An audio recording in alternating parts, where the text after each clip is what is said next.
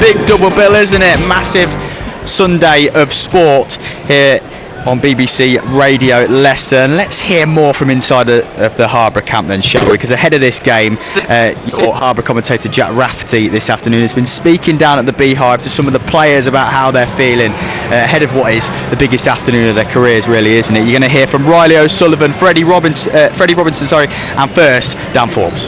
Dan, first of all, take us back to Tunbridge, 4-1, you score the fourth. What is that moment like for you? Literally in dreamland, like probably best moment of my life so far.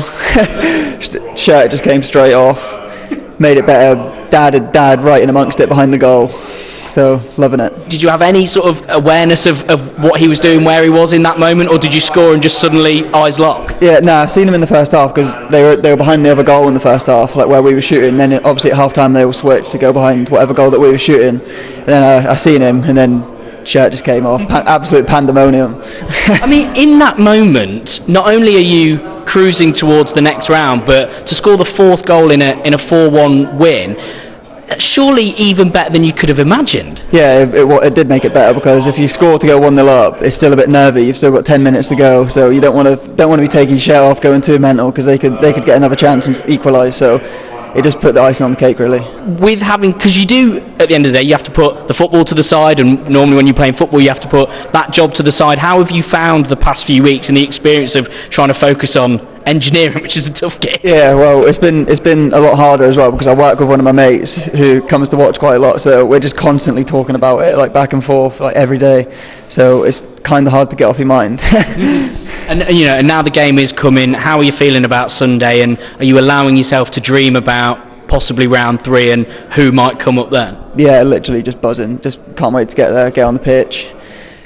Just can't wait. And so did you say you're a Forest fan? Yeah, Forest fan. I mean, I'll forgive you for that for a brief moment, just to ask you, can you use that as motivation? Because clearly they come into the draw in the next round if you get through. Yeah, that'd be amazing to get through, but then if we got Forest, that's the dream, yeah. Riley O'Sullivan, I remember the Sunday after that game, I was here down at the club, we were watching the highlight show, watching Match of the Day, and you're the player they focus on afterwards because of that hold-up play, because of those 2 assists. They're on the telly, these ex-pros specifically picking out your performance. What is that like? Funny thing is, I was at work just lying on the sofa, and I was like, the highlights coming on in a minute, so I put it on the telly, and when they said my name, I sat up and I went, me? I thought, wow, because as a child, like, I've loved football from a young boy, and as a child, watching Match of the Day, that's a dream. I always say, I want to be on Match of the Day, and at 23 years of age, to be put on Match of the Day and have all the games that there was, for them to speak about me, brought a little tear to my eyes. So I just thought, wow, like, this shows like how, like, if you do wow and how unselfish you can be, you can get the rewards and stuff like that. And you have the highs of the win, of being on Match of the Day. Presumably Monday comes round, you're at work, you're at the day job. I was at work on the Sunday, so all the lads are out on Saturday, and I had to kind of behave myself because I was back in work doing a 15-hour shift on the Sunday. Doing what? Work as a residential worker for someone in care. So not to, we don't want to have a go at Premier League footballers or anything like that, but there's all this talk about fixture scheduling and how busy it all is. You're not only playing twice a week sometimes, but you're off doing a job like that as well. How do you find keeping that balance, especially when not only is it just the norm of playing football, but all the excitement that surrounds an FA Cup run as well? I feel like my boss is very good. Obviously it's a new job that I've started, but if for example, if I play football on a Tuesday night and my shift's on a Tuesday, I'll work up until I have to leave and then I'll go to work. But yeah, it is very tiring, especially when you do so well on a Saturday. In the FA Cup game, you want to go, I want to go out tonight, but you've got a life. You've got to go to work the next day, and like, that's why I think if someone like me, if I did get the opportunity to go full time, that would be, I'd appreciate it because of how hard I've had to work now and the work you have to do. So you're in at training on a Tuesday and you're back in work at 7 a.m. doing a 15-hour shift. Then you finish work and like, sometimes I have to sleep there on a Friday. So I'll wake up there at 7 a.m. on a Friday, go Saturday morning and go football. So it is a lot of dedication, but it's part and parcel of the job, and I love them both, really. What is it like to not only have this experience in the FA Cup, but to be representing your town, your club? Oh, I'm so proud. It's after training last week. I had to pop to the garage, and someone went in and said, "Oh, hi, you're Freddie. I'm going down next week. How are the lads preparing?" And I'm just really, really proud that I can represent the town, and we are all doing a good job. I'm sure of that, and hopefully we get more people through the gate on Saturdays and Tuesday nights down here. Is it slightly surreal, that? Yeah, it's something I've never real dreamed of. You come, you think, wow, this is a real high level, but for people to want to come and watch you, and to, like you say, hopefully get more people playing football down at this club and even at other clubs, it's hard to put into words, and I think you can tell by this it's hard to put into words, but it's nice being noticed and for people willing you to do well. And looking ahead to the game on Sunday, if there was an opportunity here that you might be playing central midfielder alongside a former Brazil international in Sandro, what runs through your mind when people say things like that? I can't put that into words. Think you're playing with the next Premiership footballer, Brazil international. Just try and learn as much as I can off of him, and do what he tells me to do, pretty much, because I think he'll know a little bit more than I do. And in terms of the game itself, Reading, this is round 2, round 3, of course. You're then looking at the real big boys. Do you allow yourself to dream and look ahead at what a potential opportunity that is, or do you sort of have to focus on this game alone? Obviously, you have your dreams and everything like that, but I think when it comes to the day, it's about today. We have to win today. The age I was saying, play the game, not the occasion, stuff like that. And I trust all the lads will do that, and we're being prepared properly. Everyone's level-headed, so I don't think we're getting ahead of ourselves here.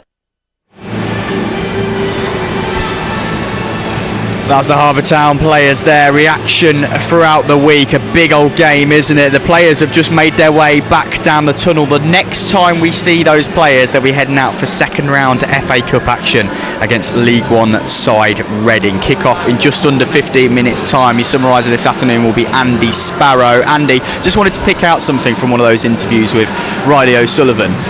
Of course, we all watch Match of the Day. Such a historic show. It's such a historic competition in the FA Cup. Said it brought a tear to his eye, and that shows how special this run is and this competition is. You forget, and I think in that, to be fair, I learned something from the interview as well, that you forget that they've all got day jobs. They're all so many sort of worries. They've got so many other things going on outside of football. So, and I think I've heard it from a couple of players say that football's their release. They come, and it means so much. They give everything. There's a lot of players that have been part of the club for so long.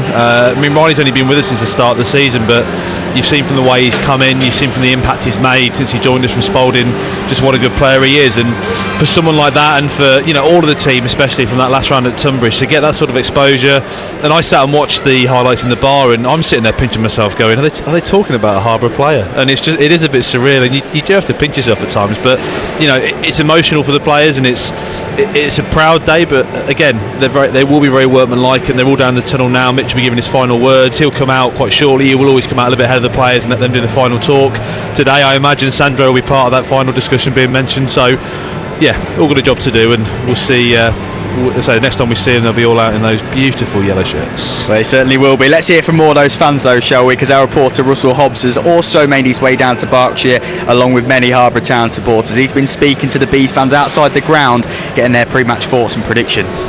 Well, we're outside the stadium with the Harborough fans at the moment. In fact, outside the Crave Burger Bar.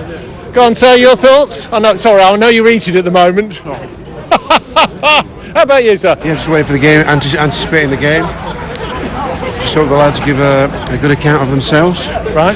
And make it another historic day, hopefully. It's going to be a good day, isn't it? They don't get many days like this for Harborough, do they? Well, it's the first ever, so it's just see where we are at 4 o'clock. Go on, I'm going to ask you for a scoreline. 1-0 to Harborough Town. Ooh, not go to penalties? No, don't want to go through that. Thanks very much indeed. How about you, sir? Your thoughts? Harborough Town? Yeah, 3-0 Harborough. Ooh, very confident. He said 1-0 over there. Yeah. Somebody said penalties. Well, yeah, we'll take whatever. Don't get many days like this, though, for Harborough, do we? No, we haven't had any days like this. Well, you've had success in the past. Yeah. So that's what we're up against. I think we can do that. You reckon we'll do all right? 3-0, yeah. Yeah. How about you? If they show up like they did for Tunbridge Angels, I reckon it's going to be a good day for Harborough. You were at Tunbridge, were you? We went, yeah, it was great. Unexpected result, but yeah, it was good. What do you mean unexpected? Oh no, they showed up. It was a really good day. So hopefully it will be something like that again. So I'm going to ask you for a scoreline. Obviously for Harborough. Okay, 2-1. 2-1 to Harborough. How about you? 3-0.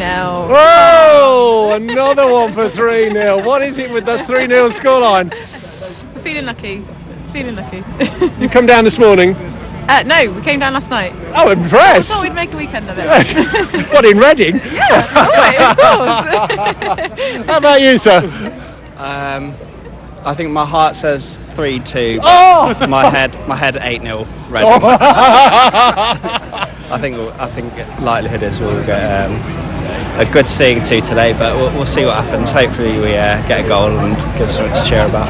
Well, guys, thanks ever so much for talking to us. Wish you well, and I hope all your predictions are right, except yours. Let's hope it's not right there, the 8-0, that's for certain. Lots of positive predictions in there from the supporters in and around the Select Car Leasing Stadium. I have to say it's filling up massively now to the right of us. A sea of yellow and black. Over 3,000 Harborough fans making the journey to Berkshire this afternoon, and we are just under 10 minutes away from kick-off. Every kick, every goal, every game, live. But that is it! Harborough Town are into the second round of the FA Cup, creating history with every step they take in this competition. Yeah, literally just buzzing. Just can't wait to get there, get on the pitch. Just can't wait. We've got what we deserve. Now we're in the second round. Away at Reading is a massive club, and I back ourselves to do well. It's something I've never real dreamed of. You come, you think, wow, this is a real high level, but for people to want to come and watch you and to, like you say, hopefully get more people playing football down at this club. Josh Walsh does swing it in towards the far post. There's a big head up there, and it's in! Harborough Town have scored! Paul Malone. And it's Paul Malone who wheels away at the far post. The big man gets his head on it. Starkey has it left-hand side, cuts in, plays a lovely ball down the line. Ben Stevens into the box. Can he finish it? Yes, he can! Ben Stevens, cool as you like.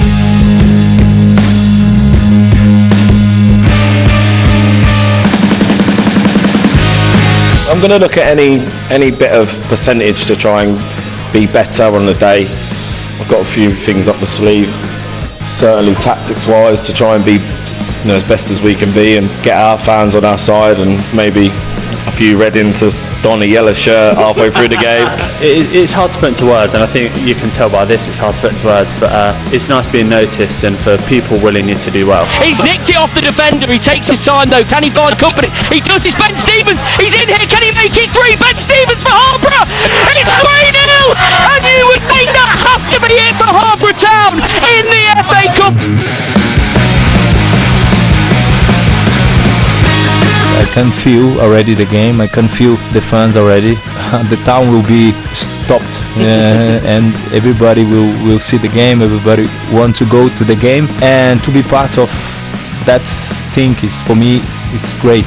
Right, O'Sullivan, he's got Kennedy for company. Will he have an effort here? He does, and it's in! It's Forbes, it's done Forbes! And Harborough Town are in absolute dreamland. Do you allow yourself to dream about round 3? Absolutely, Man United away. Yes. Absolutely. If you haven't got dreams, what's the point of doing it? They haven't squeezed through to the second round. They have sauntered into the hat. 4-1 winners at Tunbridge Angels.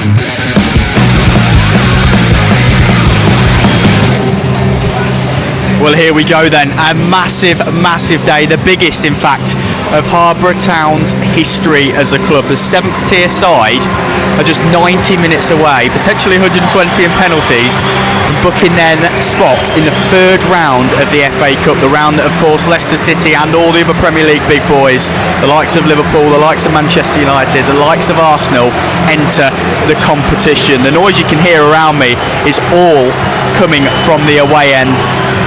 Black and yellow shirts in that away end. 3,206, let's not forget the 6, have made the trip here to Berkshire this afternoon to potentially watch their team into the 3rd round.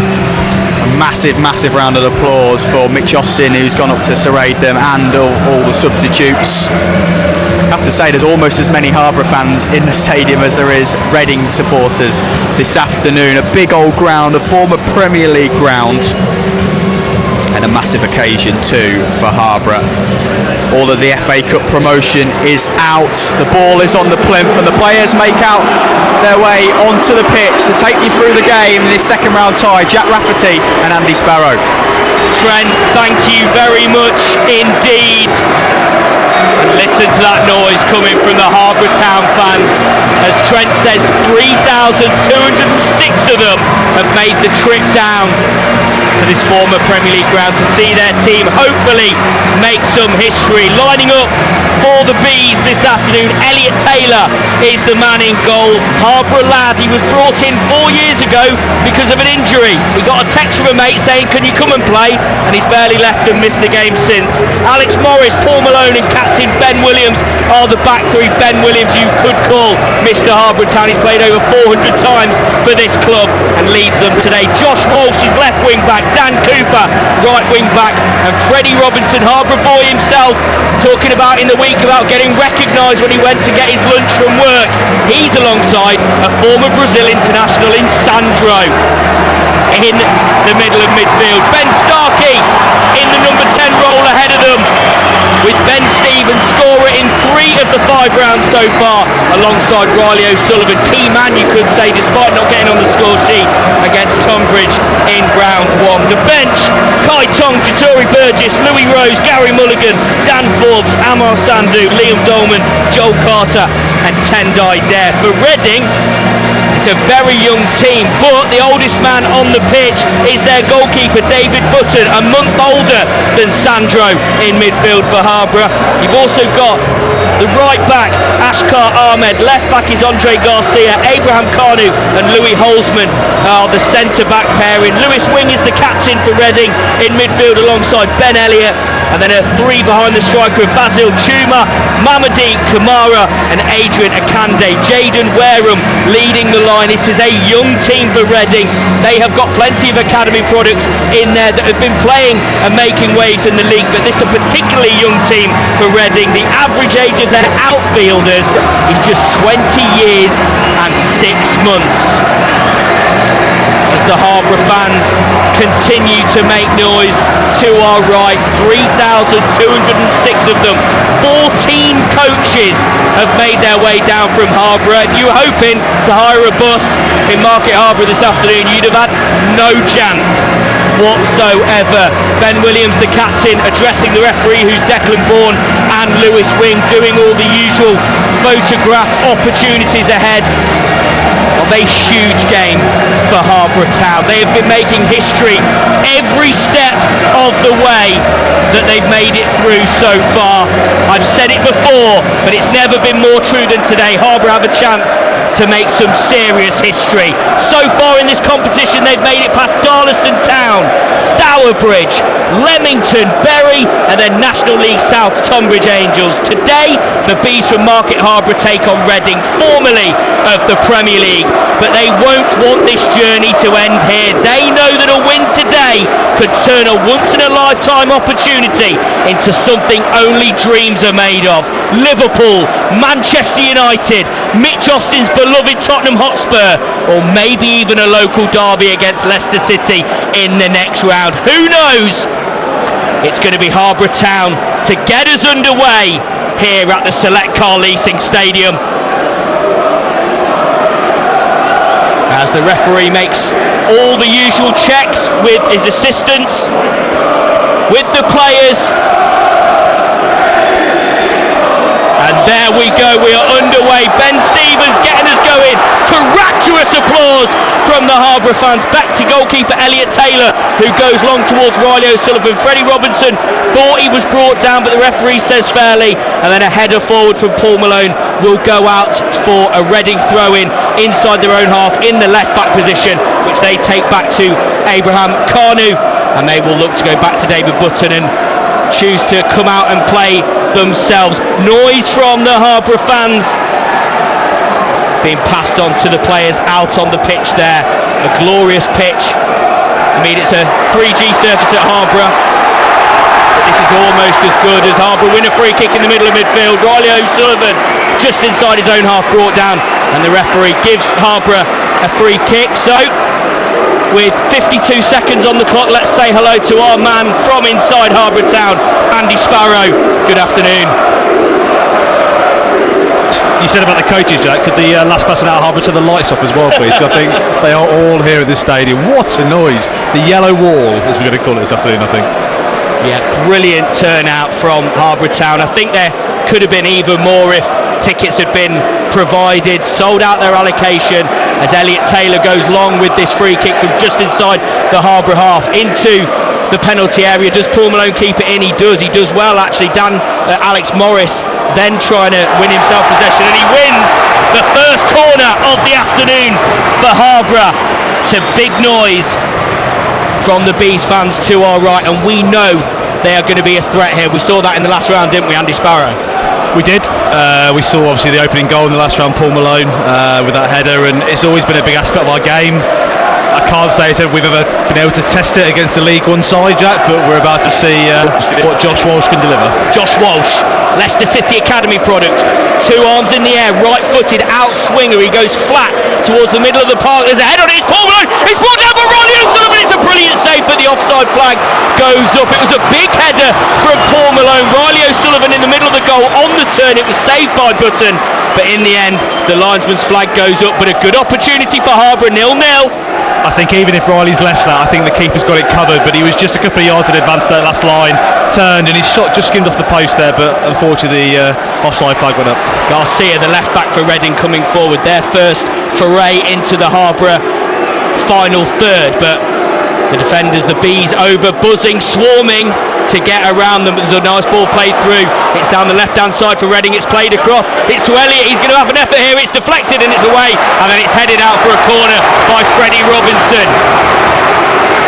Nearly 3 minutes gone. First opportunity for Reading. 0-0. Just need to settle down into this. Get a bit of time on the ball. It's been a pretty frantic start. Ball to both ends there. Obviously defend this corner. Just settle it down. Use that experience on the side. It's going to be a right-footed in swinger from over on that far side in front of the Reading fans. It's towards Taylor, who comes out, punches well, double-handed, and he's knocked over in the process, and Harborough win themselves a free kick. Those Bees fans behind the goal are going to cheer every single decision like that this afternoon. 3.5 minutes in on BBC Radio Leicester Sport and Harborough FM this afternoon, 0-0. Bumpy ride there, Elliot Taylor. Obviously after the Tunbridge game, missed the following league games after that with concussion after suffering the last minute of the Tunbridge game. He took a heavy hit there, but he's back on his feet thankfully, and he's made a tough stuff, that Elliot. How chuffed will they be to get through that first real moment of pressure from Reading on the Harborough goal? It's massive. They just need to. It's just settling into the game. Once you get the tempo of the game into kind of a normal pattern, I think they'll be fine. It's the only abnormal thing is the stadium we're playing in, Jack. It's the same game they've been playing all along. So once we get into the game, hopefully we can just start to calm down and play the ball around a bit. Yeah, Harborough had looked to go long. Riley O'Sullivan just not able to keep the ball in, and in fact the referee gave a free kick inside the Reading half, but they choose to go back and play it along their defensive line anyway, with goalkeeper David Button wearing the number 1 shirt for Reading this afternoon. They go long then from the centre backs. It's towards Chuma, the left winger today, who is tackled by Freddie Robinson in that midfield role today. Of course, Conor Kennedy suspended, having been booked in the last round. He's been replaced by, and I still can't quite believe I'm saying this about a Harborough Town game, replaced by Brazil international Sandro. Why not? Sandro just finding his feet at the moment at Harborough's. Akande looks to come forward and threaten here for Reading. Edge of the box, corner, cuts back now onto his left foot. He's put across to Wing, who's going to have an effort here, but it's blocked well by Ben Starkey. And can Harborough do something on the break now? Ben Stevens wins the ball just inside his own half. Left-hand side, back to Walsh, who opts to go long, but Riley O'Sullivan had wandered into an offside position and chooses to let the ball go over the top to Button in the Reading goal. 5 minutes gone, 0-0. Reading starting to play the ball around a bit now. You can see that the levels probably just slightly showing, some good passes, insightful, but Harborough defended valiantly. Yeah, Ben Elliott just had an attempt to play the ball through. It's blocked out, and then some brilliant brilliant defending there from Alex Morris. The Harborough lad, the young right back Ashkar Ahmed, choosing to try and get physical with Alex Morris, and was shown straight away that is not going to happen. The huge gentle giant at the back for Harborough Town, shoving him straight onto the floor and letting the ball go out for a goal kick, as the Harborough fans make their feelings known about the Reading support inside the Select Car Leasing Stadium. We apologise for any colourful language you may hear this afternoon. The Harborough fans in fine voice though, 3,206 of them, incredible. As Elliot Taylor takes the goal kick long, it's towards Ben Stevens. Does he get a flick on? Not quite, as Reading regain position through Andre Garcia, left back position, plays it inside to the captain Lewis Wing. White boots, comes towards the centre circle now, into the Harborough half, dead centre of the pitch, out wide to Chuma on the left wing. Basil Chuma, that is, he's going to have a run at Dan Cooper. He shields him well, as does Freddie Robertson, forces him side to Wing, who then goes back out to Garcia, the left back. He then finds Kamara, who's come out wide to help out. Reading having to go back here to their defenders and play it around the central midfielders. Harborough keeping a strong line, but it's out wide again now with Garcia, the left back. He then goes back to Wing, corner of the box, left hand side. Nice little 1-2 between him and Kamara. He then goes back out to Garcia, the left back. Will he have a run at Cooper? He does, goes round him, but Ben Williams, big tackle to put it out for a Reading throw-in halfway inside the Harborough half. 7 minutes gone on BBC Radio Leicester Sport, 0-0. Reading having all the ball, Harborough quite happy to sit back and let them have it. I know in the week they discussed that the record that Reading have when they've kept the ball isn't brilliant. Having most of the possession. Sorry, in the box here, Jack. Kande, yeah, just on the right hand side of the box, inside to Wing, the captain. He has an effort, and that is a brilliant save from Elliot Taylor, down to his right, reactive, palms it away. I think it was with his forearm actually, and out to the left wing now for Reading. Managed to palm it out of any sort of danger. Left with an effort from Wing there, and Harborough once again clearing. You will hear, by the way, a huge cheer every single time Harborough Town make a tackle, make a block, make a clearance at any point. These fans are loving it here, and 8 minutes gone. Harborough still holding out against League One Reading, but as you say, Andy Sparrow, they're really starting to have possession of the ball now. Yeah, I was just saying before Reading rudely interrupted with their attack, Jack, that in a lot of the games they've had, when they've had the most of the possession, they've not done pretty well. I know the guys looked at some stats in the week to say that when they've had all that possession, how can they actually utilise it? So, you know, stats are one thing, on the pitch is another. Harborough are sitting very deep, though, I have to say, and I think the furthest player forward for Hart is Riley O'Sullivan. He's inside half of his own half. So, look, just try and get at the field a bit more. Let's try and keep the ball down, but it is tough against this young, and they are hungry, Jack, a really hungry side here. Yeah, Reading, a young side anyway. Plenty of academy products have made significant appearances for them in the league, of course. Playoff push for them at the moment, but this is a particularly young side for Reading today that Ruben Sellers has picked. Average age of their outfield players just 20 years and 6 months. Do you think Mitch Austin would have brought that up with the Harborough players? They're known anyway in the 7th tier of English football as being physical, as being a strong team. Is that going to have to be a key tactic for the Bees today? It probably will, Jack, but we need the ball first, if I'm being honest. We're going to have to try and get on the ball to do that. They're not the biggest, as I say, they're young, quick, and they're knocking it around really well. So if we can get on the ball, then yes, it's definitely a tactic to utilise that strength, as Riley O'Sullivan wrestled to the floor there, but the referee says play on. Yeah, he is. It was a long ball forward from Alex Morris, who decided just to clear to safety after Ahmed had lost possession down the right hand side for Reading. Riley O'Sullivan chasing it, thought he'd been brought down, and then as he ran through, gave a little of indication that he is there to the Reading man, which the Harborough fans loved, as Sandro puts in a big tackle in the middle of the field on Ben Elliott. But Reading once again coming forward here. Can Freddie Robinson win it? No, he can't, but Dan Cooper can, and as he clears, he's fouled, and the referee will give Harborough Town a free kick just outside their own penalty area, which once again the Harborough fans are very happy about. 10 minutes gone now, 0-0. Riley O'Sullivan picking up where he left off against Tunbridge, Jack. I think we commented, especially in that second half of that game, how important he was. Physical hold-up play, bringing other players into the game. He's trying to do the same there, and I think it was unfortunate not to get the free kick. We just obviously a bit further at the pitch. He had the ball there, but obviously no one around supporting, which means he didn't get the opportunity to offload it. But it's a good start. We're 10 minutes in. We're looking solid. You've had the one chance, one save from Elliot Taylor, which was comfortably saved. and we're just now settling into the game. You can probably the players, it becomes a bit more normal now, and you hope that another 10 minutes and we see how we can hopefully get a chance on the field. Elliot Taylor going long with a free kick, but nobody able to get on the end of it, and straight through to Button in the Reading goal, and they'll look to come forward now through Ahmed in the right back position. Starkey for company, but he plays a nice little 1-2 with Ben Elliott in midfield, and then it's Akande down the right hand side. He's right in the corner now. Josh Walsh over to defend. Ben Starkey there as well, as Ben Elliott is tackled well by Riley O'Sullivan. Elliott though able to win the ball back for Reading, and they choose to go back and play it from their defence. Space in the centre of the pitch now though for Wing. He then goes out wide to the left back Garcia. Plenty of Harborough players over to defenders. A low cross comes into the box. It's mishit by Malone, but Walsh able to get it away. Wing then has an effort on goal, and it's deflected, and a brilliant save once again from Elliot Taylor. It was a long range effort, 25 yards or so from Lewis Wing.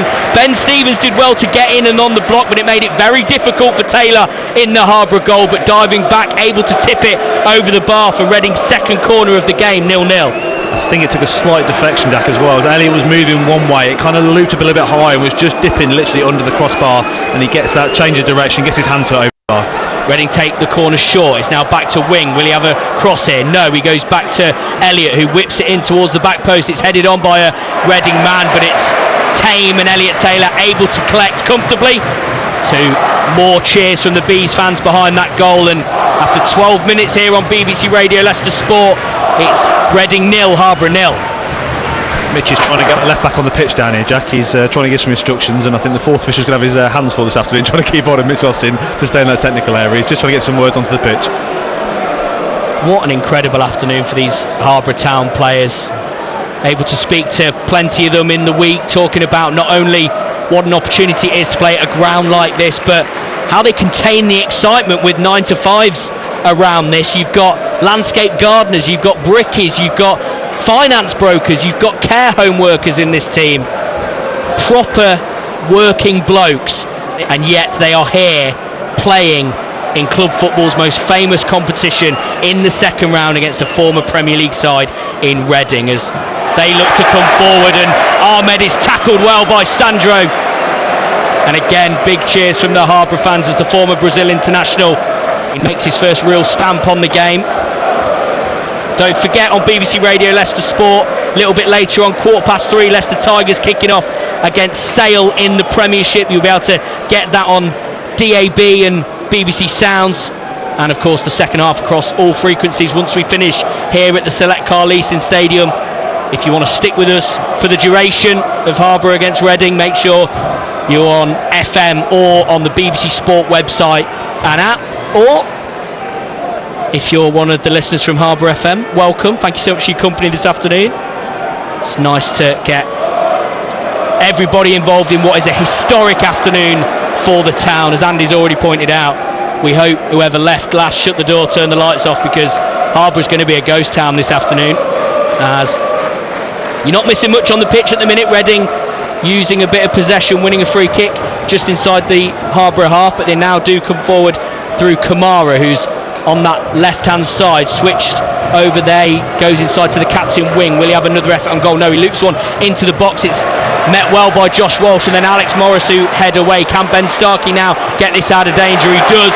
Chooses to go down the line. Ben Stevens will look to get on the end of it, but a Reading defender gets there first. Josh Walsh, is he able to win possession once again?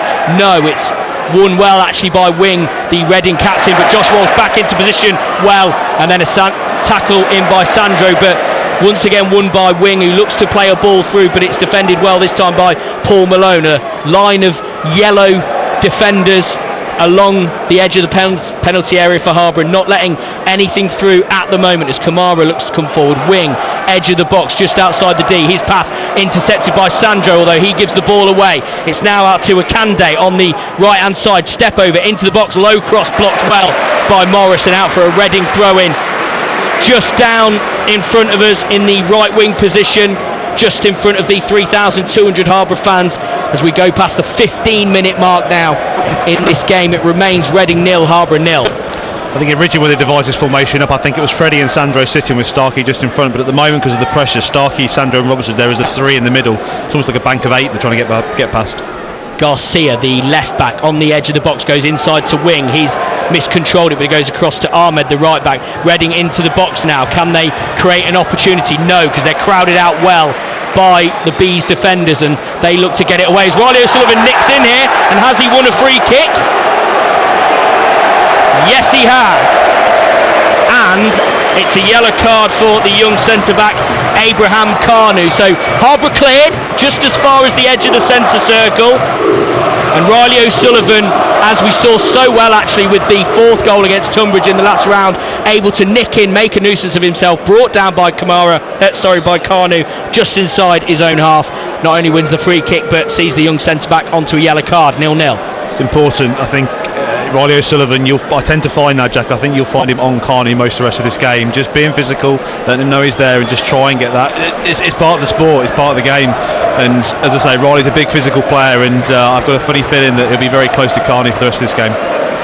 Taylor to take the free kick, lofted over the top once again, this time towards Morris, heads it down, it's in the box. Will Robinson have an effort here? No, it's defended well actually by Kanu, and the referee is given a corner to Harborough Town, their second of the game. Cheered as good as a goal, Jack, that was. Well, we know the threat that Harborough have from corners. Paul Malone, of course, getting things going against Tunbridge Angels in the last round with a header at the back post. And you talk about physicality, the big men that Harborough have, it's not just the 3 centre-backs. They've got Freddie Robinson in midfield, Dan Cooper, right wing-back, is big. You've now got Sandro as well. This is a massive team. I was just going to say, Sandro wasn't here in the last round, and we said how lethal it was. Yeah, we are a team of giants in that way. It's a good ball. It's a good ball we needed. There's a lot of men there, and we are the taller side in this game. Walsh over to take it, right-footed in swinger, both arms in the air, it's towards the back post, and as he looped it, it's in! Harborough Town have scored! And it's Freddie Robinson, the midfielder into the team for Harborough. Boy spoke about being recognised in the street this week as he was preparing for the game. He will not have a bigger or more famous Harborough Town moment than this right now. He has put them into the lead at League One Reading. In the FA Cup second round, it's Reading 0, Harborough 1. What are we saying, Jack? Set pieces, corners. Freddie Ray Parler Robinson, that's what we call him on Bees Radio, has just put the Bees 1-0 up here at the Select Car Leasing Stadium.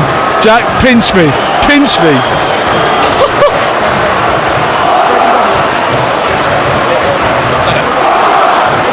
Wow, what a moment for those Harborough fans. If they have seen their team take the lead against Reading, against League One Reading. We spoke about the physicality that this team has. I'm already planning on putting the bill in for the massage I'm going to need on my neck to the Harborough team this week because of 5'3" me looking up at how big they all are when we've been interviewing in the week. They're a massive team and they have made the most of it there. Freddie Robinson getting on the end of that to give Harborough the lead as Reading now look to come forward. They can't rest on their laurels here though. They've got to remain calm and composed and keep that defensive structure that we have seen already so far from Harborough Town. But 19 minutes on the clock, they lead. And that cheer right there is simply for a tackle from Josh Walsh. You'll hear that all game as Reading looks come forward here now.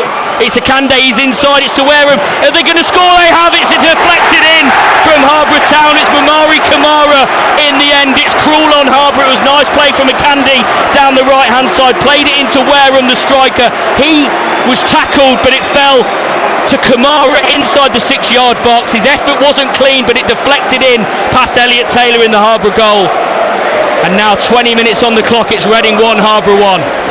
Gut punch there, really. Just wanted to keep it tight for 5-10 minutes. Just settle back into the game. No, undoubtedly after a goal, you're probably going to sit back a bit more. We were already sitting back quite a way, but it's a real scrappy goal to concede, and I think Mitch will be unhappy with that. But look, screw your heads back on now. Let's keep going. We took the lead once. Let's do it again.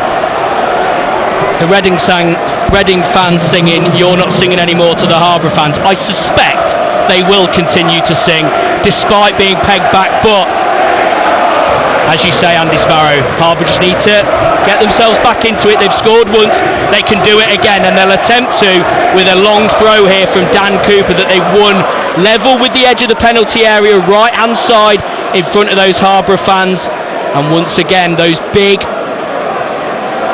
threatening players, those physical players for Harborough Town, will look to get on the end of this long throw from Dan Cooper, approaching the 21-minute mark.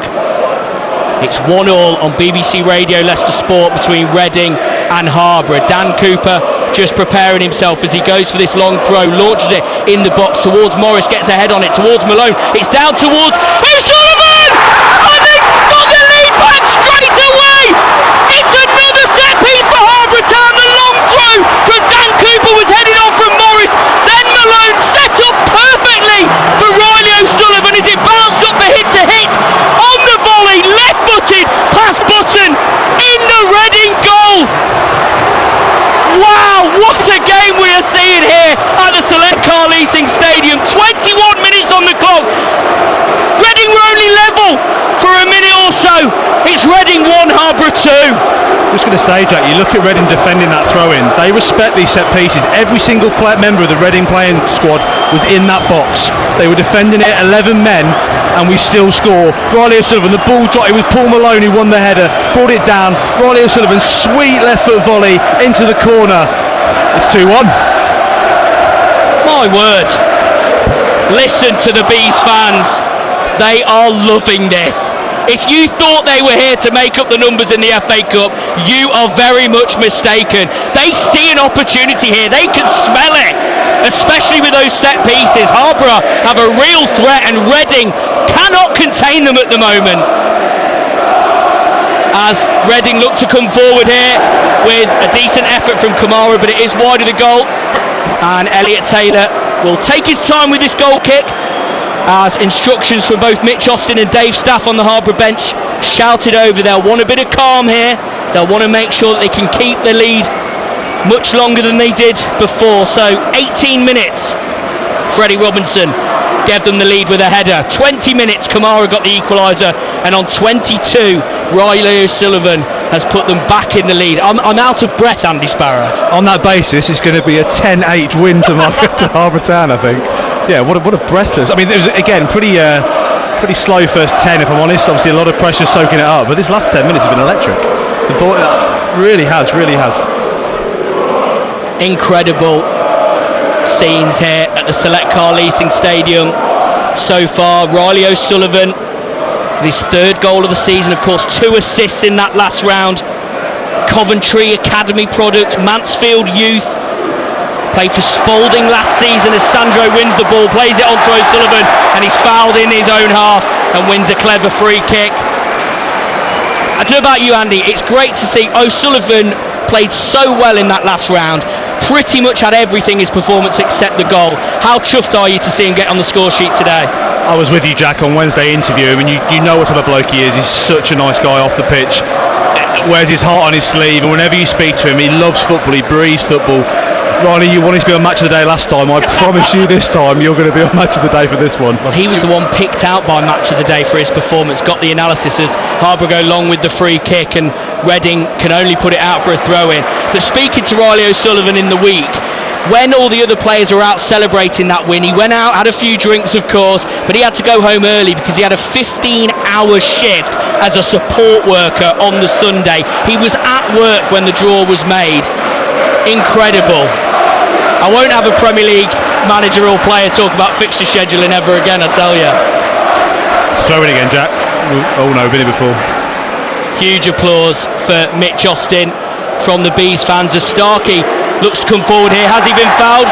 Yes, he has, the referee says. It was a late challenge. The Harborough player is calling for a yellow card. It's about halfway into the Reading half, just to the right-hand side of the D on the edge of the box. And Starkey, in fact, they're going to take it quickly here at Reading. No, they're not. The referee isn't going to allow it. Ben Stevens saw the opportunity to play Ben Starkey into the box, but the referee has pulled it back. But what it provides Andy Sparrow is another opportunity to go into the box. Ben Stevens, set piece specialist. So I put my teeth in, Jack. Our first pre-season game this season, he came as a trialist, walked onto the pitch after 42 minutes, I think, had to name him as a trialist. His first touch was a goal, right-footed goal from about this position on the pitch. So I'm hoping for a bit of deja vu, striking twice here. He scored in 3 of the 5 rounds so far as Ben Stevens scored the penalty against Bury in the 4th qualifying round to get them into the FA Cup for the first time. 2 goals in the last round. He whips it towards the back post. O'Sullivan's there, but he can't quite get the connection he was after, and it goes wide of the Reading goal. But once again, we are seeing the opportunity that there is for the Harborough players from these set pieces. 25 minutes in, they lead 2-1. It's that young defence, Jack, I think, for Reading. You need that experience. So we're on the break now with Starkey on the left. Yeah, they've won it back through Starkey and Riley O'Sullivan. He's passed O'Sullivan to Starkey, a little bit heavy, and Harborough will win a throw-in, but we know what that means.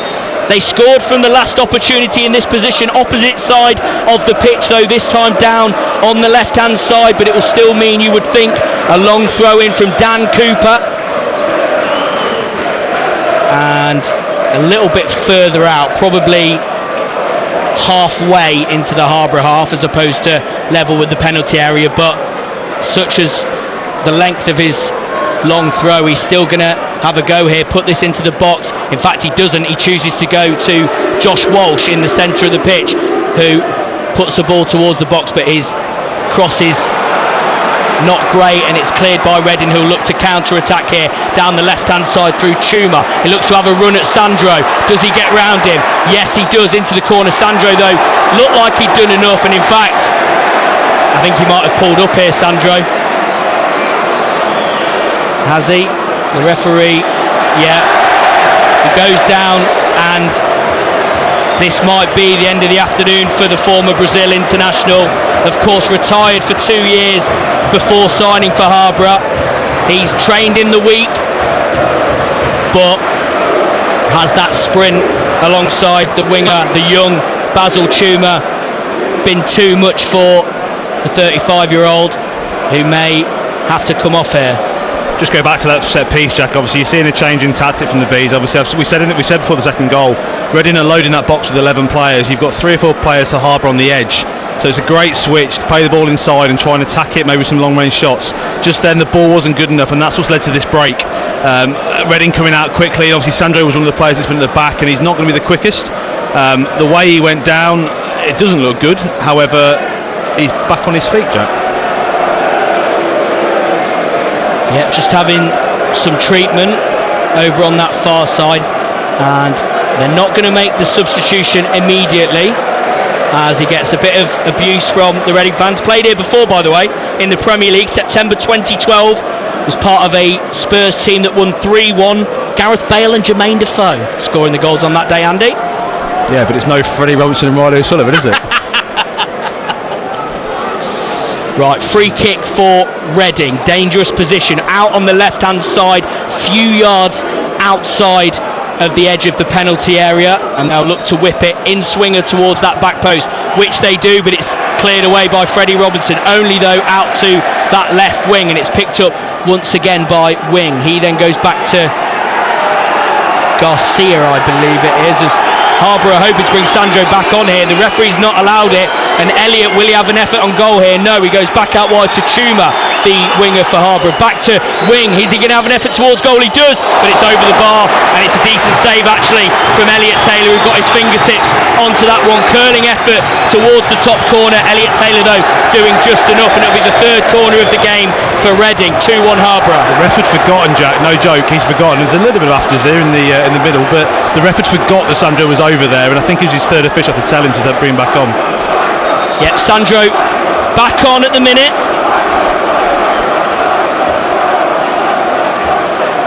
And they're going to have to defend a corner here, our Harborough Town. The referee just having a word with Riley O'Sullivan and one of the Reading players. I think the Reading lad not taking too kindly to a bit of over-enthusiasm, we'll call it, from Riley O'Sullivan, shall we? The number 19, Jaden Wareham, as Wing whips in the corner, out swinger. It's headed away though by Paul Malone, and then again by Ben Stevens, and it'll cross the halfway line, and Harborough Town fans have another cheer as they defend another corner. Half an hour on the clock. It's 2-1, and they are loving every minute of this, those Harborough Town fans. Sorry, Jack, just repeat that. They're winning 2-1 thanks. against Reading, who are 7th in League One. Wing inside to Elliott. I'll do it for you, don't you worry, Andy. As Garcia has an effort towards goal, it's blocked by Williams and then cleared by Paul Malone once again. I remember what I was going to say now. Reading corners, they're just trying to play it. They're just trying to play it in and win the aerial battle. I don't think they're going to do that. They're going to have to try something a bit more inventive because, as I say, we are so much taller at the back. Kande, right hand side. Willie looked to put a cross in. He goes back to Elliott, then to Wing, the captain. They play it amongst themselves, do Elliott and Wing. Lovely little turn inside from him round Riley Sullivan. Goes down inside the box, and Sandro will be able to come away with the ball here. He's shielding it inside his own corner. I say goes down in the box. I should make the point that there was barely any contact. The referee waved it away straight away. Now Riley O'Sullivan's going to try and earn some territory down the line. He does, but then the ball eventually going out for a throw-in just inside the Reading half on their right-hand side. It remains 2-1 to Harborough Town. Just watching some dialogue between Mitch and Sandro there, just asking if he's okay. He's giving the thumbs up, so it looks like he's going to play on, Jack. As Kamara looks to come forward. Elliott now, right-hand side for Reading, 20 yards or so outside the box. And now across is Josh Walsh. Big tackle, level with the edge of the box on the right-back Ahmed. He's had a couple of players let him know he's there as poor Ahmed, that lad, this afternoon. Harborough Town, though, more defending to do as it's over to Garcia, the left back, centre of the pitch though, back out wide to Chuma. Will he come back on himself? He does. Wing, being the orchestra for everything Reading do, looks to chip a ball over the top to Wareham. Looked like he could have been offside. No flag though from the linesman. The Harborough fans wouldn't have been happy if that led to a goal. It might here with Wing, but it's over the top of the bar. Decent effort, decent connection, but it was always high and didn't dip enough, and it goes over Elliott Taylor's goal. 32 minutes played, 2-1. Go back to Josh Walsh, Jack. Those that obviously watch Harborough Rugby will know that he's a centre midfielder. That's where he's played probably ever since the Tunbridge game. He's been playing in central midfield. The versatility of the player, he can play at that left back position that he's played throughout step 5, step 4. Tackle there, crunching, well timed, ball goes out. He's such a good technical player, and that versatility just means he can play really anywhere on the pitch, really. It's and the Bees fans really are. The noise is incredible. I tried to, when the number of tickets was announced back at the club, obviously we knew how many we'd sold. You've got to try and imagine what it looks like here. You know, you forget, and look, we'll take all the jokes we can.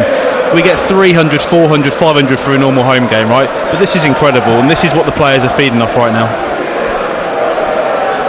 Just imagine what it'll be like second half when they're shooting towards that end, as Reading look to come long, but Paul Malone wins the header, and in fact it's a poor header back from a Reading man. It was Wing, it was towards Riley O'Sullivan, but he's crowded out, and Reading able to win possession back as Wing, the captain, the orchestrator for pretty much everything Reading have done so far in the middle of the field, comes out wide to Ahmed. He's into the Harborough half and goes back to Wing now, just inside channel, back out wide to Ahmed, the right back.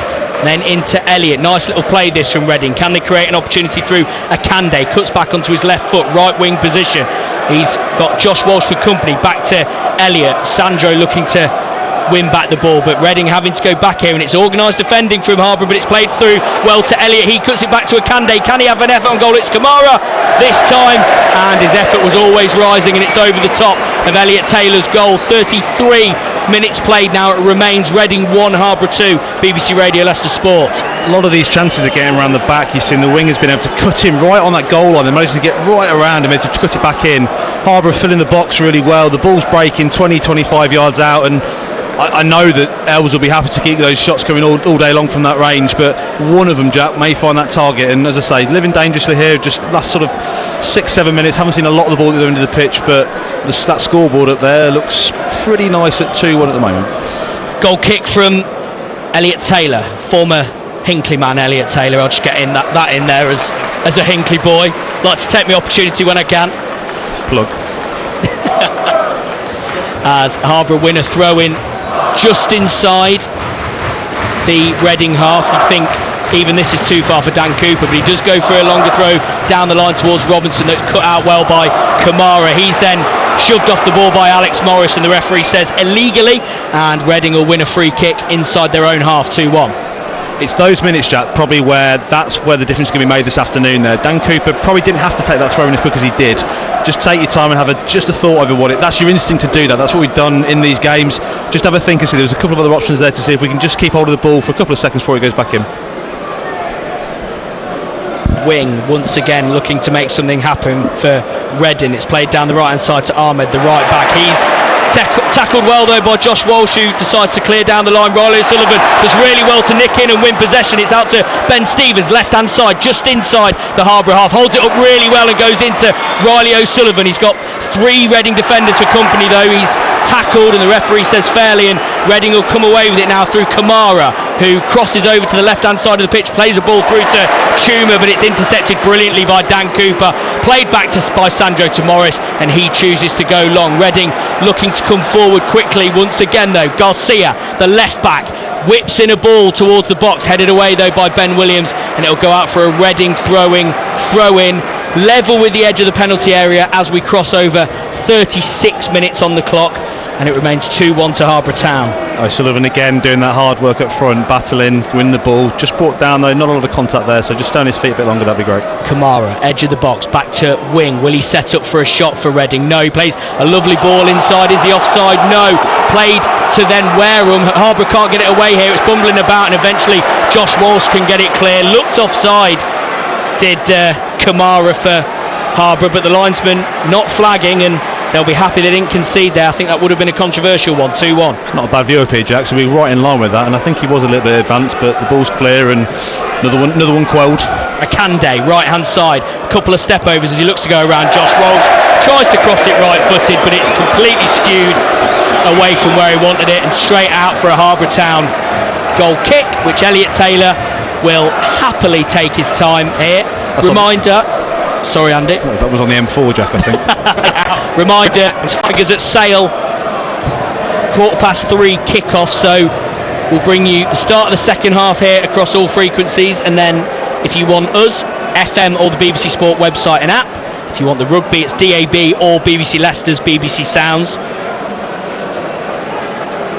And we'll have all the reaction post-match and the rugby reaction on the Leicester Tigers Rugby Show podcast. Should point out as well, by the way, Sandro has been booked. I hadn't clocked it at the time, but when he put in that tackle and went down, he was booked at the time, as Ben Starkey gets into a brilliant position down the left hand side. Low cross towards Stevens, but it was cut out well by Carnu at the heart of the Reading defence. But Starkey had done really well, not only to win the ball, but to bully Ahmed, the right back, and get himself into a decent position as Reading looked to play a ball over the top, intercepted well by Williams, and then Malone hoofs it clear to give Harborough Town a couple more seconds to reset. But Reading coming forward once again here through Wing and then Kamara, but it's out wide to Garcia. Will he whip across in? He does. It's towards Wareham, over his head though, out over to Elliott on this right hand side now, other side of the box. He's got Josh Walsh with him, a ball played into Akande. Can he cut it inside? He does, but it's cleared once again by Harborough Town. This time Freddie Robinson. It was deflected, I think, by Morris or Malone towards Robinson, took his time and was able to clear, but it's another Reading throw in, and they continue to pile on the pressure here. 2-1 Harborough. A little bit frantic, but ball got dealt with, and it's another attack gone, and we move into the 39th. Really big 5 minutes now to come. Just need to keep this door closed before half time. It's Holzman, the centre half for Reading, plays it to his centre back partner Carnu, and they'll look to come forward once again. Kamara on the edge of the box, tackled by Sandro, and the Bees fans like that. The Brazil international, there's fears that he might have to go off with what looked like a groin injury a little bit earlier on, but able to continue is the former Spurs man, as Reading again look to play some patient play around this solid Harborough defence at the minute, as Elliott has it dead centre just outside the D, comes out wide to Wing, whips in a lovely cross, but it's over the head of everybody, and Dan Cooper, will he have to see this out? He does really well actually, puts the shoulder on Andre Garcia. The Reading fans don't like that, but I think it looked fair to me, although I would have to say, Andy Sparrow, those Reading fans about 2 metres away probably have a better view than we do. I don't know, mate, your eyesight's pretty good from here, Jack. We're already the full width of the pitch away from it, so I think Dan Cooper just putting his body between the ball and the man there, letting it go out, and again, we'll take it, so just eat him a few more seconds, and I think this will be, we're going to try and eat this time, but there's no doubt about that. I think to add insult to injury, the Reading players getting spoke to here for I think being too close to the ball, Jack. I think, is that what he's saying?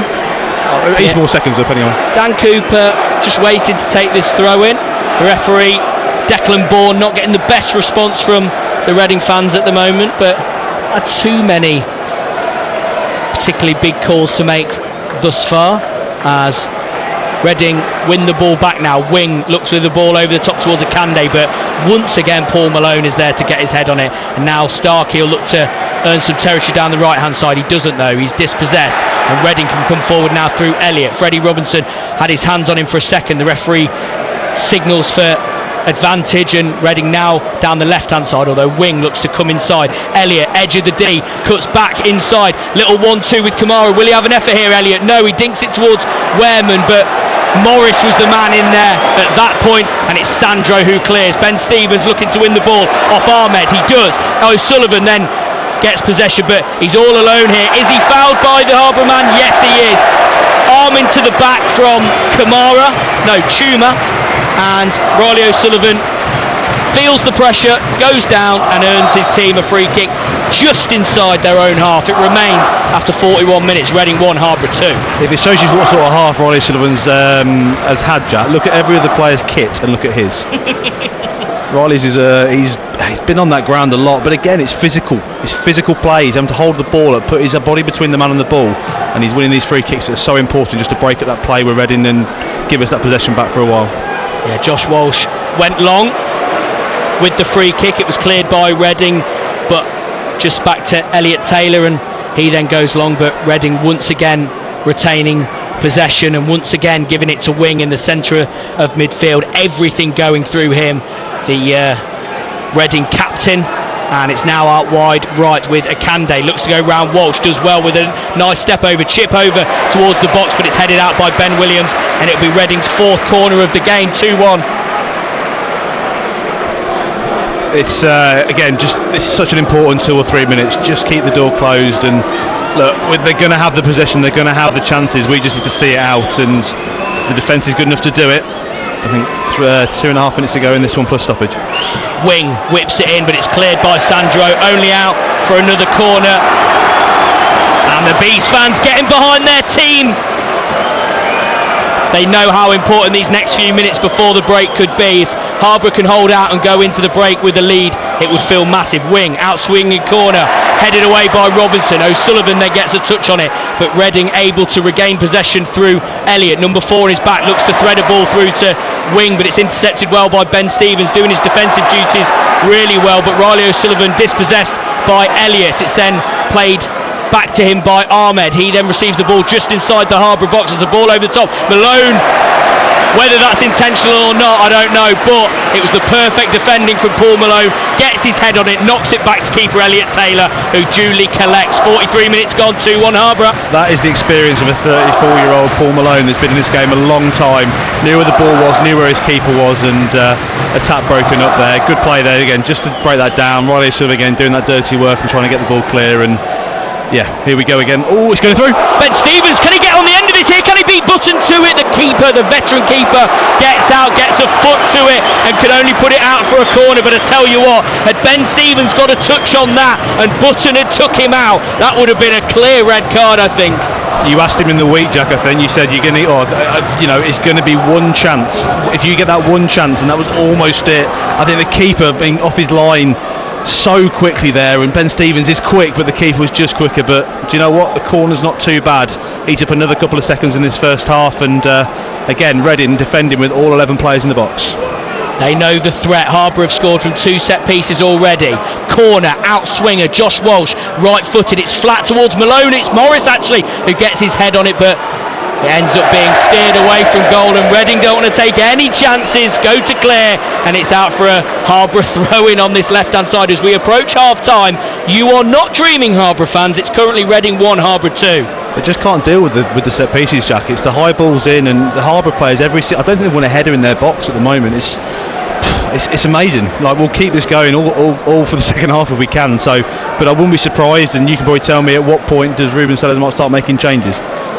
Cooper with the long throw towards the box. Is it nodded down? No, it's actually away well that time by Reading. Morris looking to come and regain possession, and 2 added minutes at the end of this half as Reading look to get started nice and quickly. Yeah, Reading have some of their key players on the bench today. Still a young squad though, as they look to come forward through Elliott. Brilliant tackle by Sandro on the slide, and O'Sullivan now looking to go around a couple of Reading men, but he's done very well actually to make sure that the throw-in is much further down the pitch than it would have been. And as Andy's pointed out, O'Sullivan has been putting himself about there. He's been swarming them, has this particular bee. Sorry, let's tick them off. Keep ticking them off. As Reading look to come forward, Wing once again, the danger man in midfield, everything going through him. You feel like a critical pass will come from the Reading captain. This time though it's Elliott to Akande, he goes inside to Kamara, back to Wing this time. Will he have an effort on goal? He looks to thread a ball through, but it's intercepted well by Sandro. Back to Reading though, and a ball through to Wareham. Is he onside? Yes is the answer, and he's in fact won a corner. He's done very well there, looked to have beat the offside trap. Elliot Taylor tried to see it out, but Wareham did very well to get a foot on it, deflect it off Taylor. A couple of the Harborough players unhappy with the linesman, thinking his flag should have gone up for offside. It's not the first time this afternoon, and with just over 30 seconds of this first half to go, Reading have a corner that they look to take short, but it's been deemed that it was outside of the quadrant from Lewis Wing, and he'll have to do it again, and has just eaten up a few more seconds at the end of this first half. It's Reading 1, Harborough 2. Wing now will look to swing it into the box. He does. It's an outswinger, and it's headed away by the big man Paul Malone. And Riley O'Sullivan, can he create something here? He looks to put a ball over the top to Starkey, but he didn't quite get the direction on it, and in fact all it does is go through to the goalkeeper David Button. Will Reading have one more opportunity as the clock goes over 47? The Harborough fans whistling for half time here as they look to come forward once again. Reading. Wing lays it off to Elliott. Will he have an effort on goal? We're only supposed to have 2 minutes of stoppage time, which is long gone, and in fact the referee decides that is that for the first half. And with 45 minutes gone, Harborough Town, well, they're halfway into the third round. You would have to say it has been a pretty perfect away performance from Harborough so far. Solid defending, and then make the most of your advantage at set pieces. The first one was a corner in from Josh Walsh as always, and Freddie Robinson at the back post got his head on it. Pretty much a carbon copy actually of that first goal at Tunbridge that was scored by Paul Malone. Just 2 minutes later though, Kamara for Reading with a deflected effort got the home side back on equal terms, and you thought maybe that would deflate the Harborough Town players. Anything but. It invigorated them to go out and get themselves back into the lead pretty much straight away. Less than 2 minutes later, Riley O'Sullivan, the long throw from Dan Cooper was headed on not once, but twice. Paul Malone's header down to Riley O'Sullivan, and it sat up beautifully for him to volley it in left-footed past Button in the Reading goal. That's how it remains at half-time here at the Select Car Leasing Stadium. Trent Hudson, it's Reading 1, Harborough 2. Jack, say it again. Why not? It's Reading, 7th in League 1, formerly of the Premier League, 1. Harborough Town, the Bees, 2. You best believe it. You best believe it. Halfway there, Andy, to securing a spot in the first round. And they've been... Third round, sorry. The first round. They've already passed that. Been there, done that, got the T-shirt, mate. And they're good value for it as well. We mentioned, yourself and Jack both mentioned Riley O'Sullivan in that first half, who has covered absolutely every blade of grass out there. He's been fantastic. Yeah, good value, clinical. Again, I use that word against Tunbridge. We've had probably 2 or 3 chances, we've taken 2 of them, so that's important, and I think as the game goes on that will be important. Defended like lions. I think just the sloppiness for that first goal will annoy Mitch, and again I know him, I know what we said is this is the most important thing, keep that concentration, and no doubt we will tie quicker than they will when you're always defending, so how can we maintain those concentration levels and get there? But yeah, to be 2-1 up going into half time, I think he would have snapped your hand off, but yeah, it's been a great 45 minutes, and unlike the Tunbridge game where we went into lead and we said, oh, can we hold on? It's going to be tough. The second half is going to be really tough. They're going to pile it on. I can see it. Is it Savage already stripped off warming up? So the changes will come, and he probably will be. You're going to see a slightly different Reading side in the second half. You worried when that first Reading goal went in because you sensed that they were really going to kick into gear and react to that first, but they had no time because as soon as they scored that one, Harborough flooded bodies forward inside the area, bang, not it home, 2-1 up, and that is so massive to take that lead into half-time. Set pieces, we said it in the comms, they haven't been able to deal with the Harborough set pieces, the long throws, the corners. I think they've not won a header in their own box, I don't think, and that will be a tactic as we go on, but they will be very different in the second half. They are going to come out, I think, in a very different way, and they don't want to be the story today, Trent. They don't want to be that story that's going to be the victim of the FA Cup magic, but I can guarantee you every single one of the yellow wall that is in this stadium, and for those hearty souls that might be left back in Market Harborough, we were willing it the other way, but it's been a dream, and we picked out Riley O'Sullivan as well. A great 45 minutes, but all over that pitch. Sandro's made some real critical interceptions there. That back line, Willow, Mozza, Malone have been just so solid. So look, we need to step up and carry it on, and as this game goes on, how will our fitness levels carry on, and can we maintain that performance? Well, let's hope so. The voice of Andy Sparrow there, the summariser this afternoon for Reading versus Harborough. Half-time, we'll say it again, Reading 1, Harborough Town 2, only halfway towards the job so far.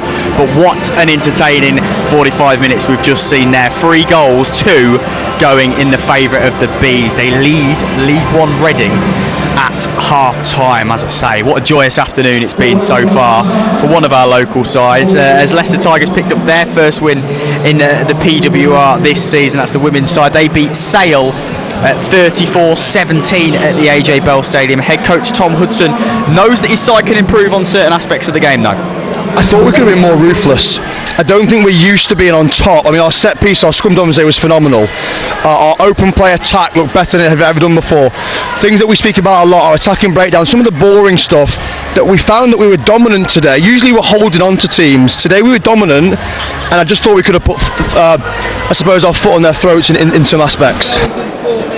Huge win for Leicester Tigers women there, their first in the PWR this campaign. Leicester Riders also in action this afternoon, hoping to build on Friday's win against Manchester. They're taking on Cheshire Phoenix. It's a 5:30 tip-off there, and it's a busy afternoon in the Premier League too, including a handful of games that kicked off earlier.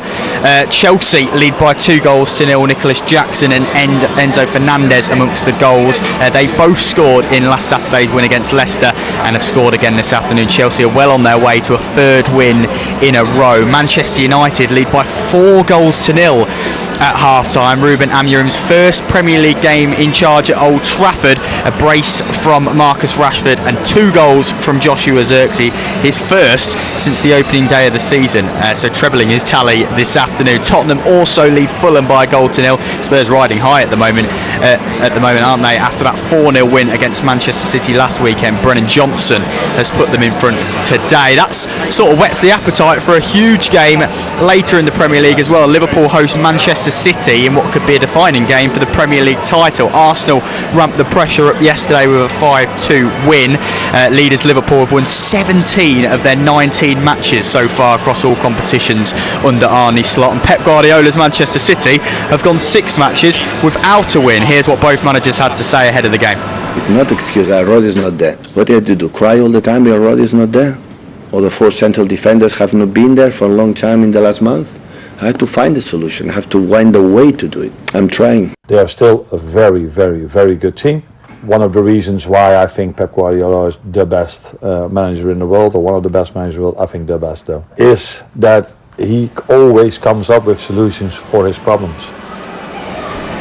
Just over an hour until kick-off in that one gets underway at 4 o'clock. You can follow all the Premier League scores over on the BBC Sport website and app. I did mention how Leicester Tigers women got their first win of the season up at the AJ Bell. Can Tigers men do the same? Very shortly you'll have a choice of listening. We'll carry on with the football on FM and on the BBC Sport website and app, but Leicester Tigers are back. They play Sale, as I just mentioned, at the AJ Bell, looking for their 2nd win in the past 13 matches between the two teams. The big boys are back with several of their internationals, including Freddie Stewart and Handré Pollard, both returning. Jamie Shilcock also part of the match day 23. He's been involved with Leicester's cup campaign, but but also the international side of things too, playing for England A as they beat Australia A. The fly half and fullback has been speaking to Adam ahead of this one.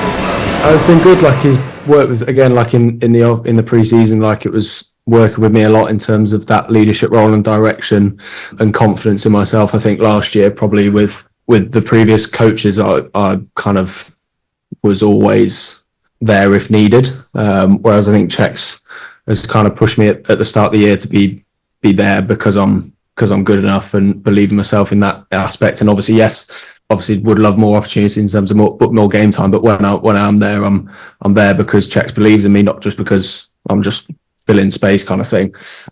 So that was nice. And then in terms of team, like we're so much more clued into the direction that we want to go and how we want to play and the way we want to do it. Yes, like we haven't probably played some of the rugby that we wanted to at times, but being 5 from 6 in the Prem and only losing to Bath at home, which again we probably should have won as well. I think like we're in a really good spot, but we've just talked about not taking our foot off the pedal now and actually developing our game again over this block period where there've been no Premiership games, where we can work on the bits that maybe didn't work well, but then also strengthen up what we've done and make those bits even better as well. So like there's a good balance of improvement and sticking by our guns as well. So on Sale, as a journalist, I haven't really enjoyed my experiences going up there.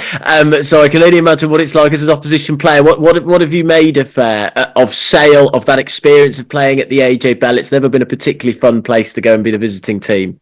Yeah, it's known for being a tough place to go, and obviously this past couple of seasons they've made it really difficult for us. Obviously there was that semi-final a couple of years ago that I was involved in, but I remember watching, and yeah, it's always a difficult place to go. Like they're a big physical team, and they stick to what they're good at. Their forward pack and their kick chase and their kick pressure is obviously something that they work on a lot. So yeah, it's going to be tough. It's going to be a good battle as long as we can implement what we've been working on and take our game to them rather than them just putting it on us. I think we'll stand a good chance, but we need to do what we're good at as well rather than just letting them show what they're good at. And finally, just on results here, you look at that game against Saracens, and the one thing that a lot of fans say after it is that's a game you might have lost in previous years, which is a little bit of a flippant thing to say, but not a lot of teams would have held off Saracens when they've scored 2 tries. You're leading by 3. They're coming back. And I just wonder what you think it is about this Leicester team that is winning games like that. And again, not to put words in your mouth, but several of your teammates have said, look, we're not playing as perfectly as we could. There's still plenty for us to improve, but you are still beating some of the best teams in the league. I don't know. It might just be like I say, the Czechs effect or whatever it is. Like him just having the belief in us, knowing that if we do what we've planned to do, then it'll work and stick to it. The first game of the season, Chiefs away, like we went, whatever it was, 15-3 down or something. And again, previously, probably last year, we would have rolled over there. And it might have been 30 or 40 against us. Whereas, like I say, sticking in the game, and he wants us to play that long game of like it's not over till it's over, and say that worked first week and it works the other way as well. So if we're in the lead, like it's never over until the final whistle goes, like they can keep clawing back like they have done, like Gloucester did, like Sarries did. And we can't afford to switch off because there's not enough time in this league. If you lose 2 or 3 in the bounce, then you're dropping out of contention for later on in the season. So he talks about just playing that whole 80 minutes, and if we can be kind of 8 out of 10 for that whole time, then that should do us. Tigers fly off and fullback Jamie Shilcock there speaking ahead of today's game against Sale. Just over 15 minutes until kick-off. Adam Whitty and Tom Varndell are your commentators, and join us now, lads. Big chance for victory and to continue what's been a brilliant start to the season for Tigers, and an exciting one as well. Back in come the internationals. Anthony Watson on the wing as well, a strong side. Yeah, a really strong side, particularly the back line, Trent. You look at the names like Pollard, Van Portfleet, returning Stewart too. Perez and Cat, a fantastic centre pairing. But, you know, the issue might be, and interesting to get Tom's thoughts on this, the issue might be the pack, Trent. Tigers really low on their second rowers. Tom Mann's coming in, 23-year-old, into that slot. He did well against Saracens' last Premiership outing, but Sale's pack is brutal. 2 South Africans in the second row. They've got both Curry brothers. That could be where this game is won. If Leicester hold their own in the pack, Tom, I guess you would agree, they've got a great chance, but that might be where it's won or lost. Yeah, 100% agree with everything that Adam's just said. The Sale pack is ferocious, absolute monsters. Obviously, both the Curry boys in there. And look, Tigers have to hold their own in the set piece. If they can do that with the back line they put out today, it could be a really good day, but this is not going to be a high-scoring game. It's going to be really like up your jumper sort of rugby. Going to be really attritional, and Tigers have just got to match that Sale pack, and if they can do that, it could be a good day for Tigers. But that's the thing, Joe. That's what Leicester have been able to do this season. They have matched teams physically, they've showed the guts, they've showed the resilience that they haven't done in previous years, and they've done things already this season that they hadn't done before, even when they won the title in 2022, like win at Saracens. So you never know. It's an intriguing setup because Sale have been off the boil, there's no doubt about that. Leading up to the Premiership Rugby Cup and the Internationals, they were not at it at all, but they got rid of their defence coach and have got a new one in. We shall see how that fares for them. Sale are a completely unknown quantity really today, apart from the fact that we know that they're incredibly physical. And Leicester are going to Sale, and I can't believe I'm saying this, I think Leicester have come to Sale today probably as favourites. Guys, I'd absolutely love to speak to you for longer, but the players are back out on the pitch here at the Select Car Leasing Stadium. Harborough halfway towards the job here and booking their spot in the third round of the FA Cup. Can Tigers get the job done too? You can tune in your radio, head over to BBC Sounds or the BBC Sport website and app if you want to listen to Tigers. A choice of listening this afternoon as we approach kick-off there. Adam Whitty and Tom Barndell. We're back here in Berkshire, Reading against Harborough to take you through the second half. Jack Rafferty and Andy Sparrow. Trent, thank you very much indeed. A change for Harborough at the break. Sandro, having picked up that knock halfway through the first half, is off. Joel Carter back on for Harborough for the first time this season, returning from injury. Yet to feature. He's a clothing brand owner, second spell at the club, and been described by manager Mitch Austin as a Rolls Royce in midfielder, so not a bad replacement for Harborough. Reading also opting to make a couple of changes. Charlie Savage is on in midfield, as is somebody else that I haven't been able to clock at the moment, so I'll bring that to you as soon as I can. But Charlie Savage, who's been a big threat for Reading so far this season, they clearly are concerned with the way things are going. Son, of course, the former City midfielder Robbie Savage, born in Leicester, was Charlie, joined in the summer of 2023. He's got 4 goals and 4 assists so far this season, has the 21-year-old. So clearly Ruben Sellers deciding he needs a bit more creativity from his team as Reading looks to come forward down the left-hand side through Garcia. It's headed well by Wareham, but it's saved by Elliot Taylor, who allows the ball to bounce and then collects. First opportunity of the second half goes to Reading, but it remains 2-1 Harborough. Jack, I think it was number 5, Michael Craig, that actually came on, and again 2 players coming in for Reading, both experienced, both with a bit more of a presence, and in that first attack you've seen the difference it makes, and it's going to be a long half for the Bees, but as I say, I think we've got the ability to do it. Quick word on Joel Carter if I can. Rolls Royce went through a period, probably the boat of Christmas time last year, of scoring 4 or 5 25, 30 yard absolute worldies in a couple of league games, and I'll take 1 today. That's all I want, just 1. I'm not being greedy, I'll have my Christmas early, just 1 please. Yeah, Michael Craig, he's been featuring at right back quite a lot this season for Reading, but he is typically a central midfielder, and that's where he lines up now. Elliot, the man being replaced. Interesting that it's Elliot that's gone off as Reading look to play a ball over the top. It's headed away well though by Ben Williams. Garcia left back into the Harborough half. They're about 10 yards outside the edge of the penalty area. Looks to go inside, then outside, out to Chuma, the winger, crosses it right footed, but it's headed away by Paul Malone towards the edge of the box, and then Robinson gets his head on it, puts Garcia on the floor, who didn't appeal for anything but stayed down for a moment or two just inside the box, and Reading will look to build once again. I'll run through the lineups as soon as I can in a break of play, but it's Charlie Savage now whipping a ball into the Reading box. It's brought down by Chuma, but his touch is poor, and will Robinson get away from this? No, but then thankfully Garcia's touch is also poor, and it goes out for a throw-in to Harborough. So their line-up in the second half: Elliot Taylor in goal, Alex Morris, Paul Malone, Ben Williams the back 3, Josh Walsh left wing back, Dan Cooper right wing back, Freddie Robinson in the middle of the park with Joel Carter, who's replaced Sandro,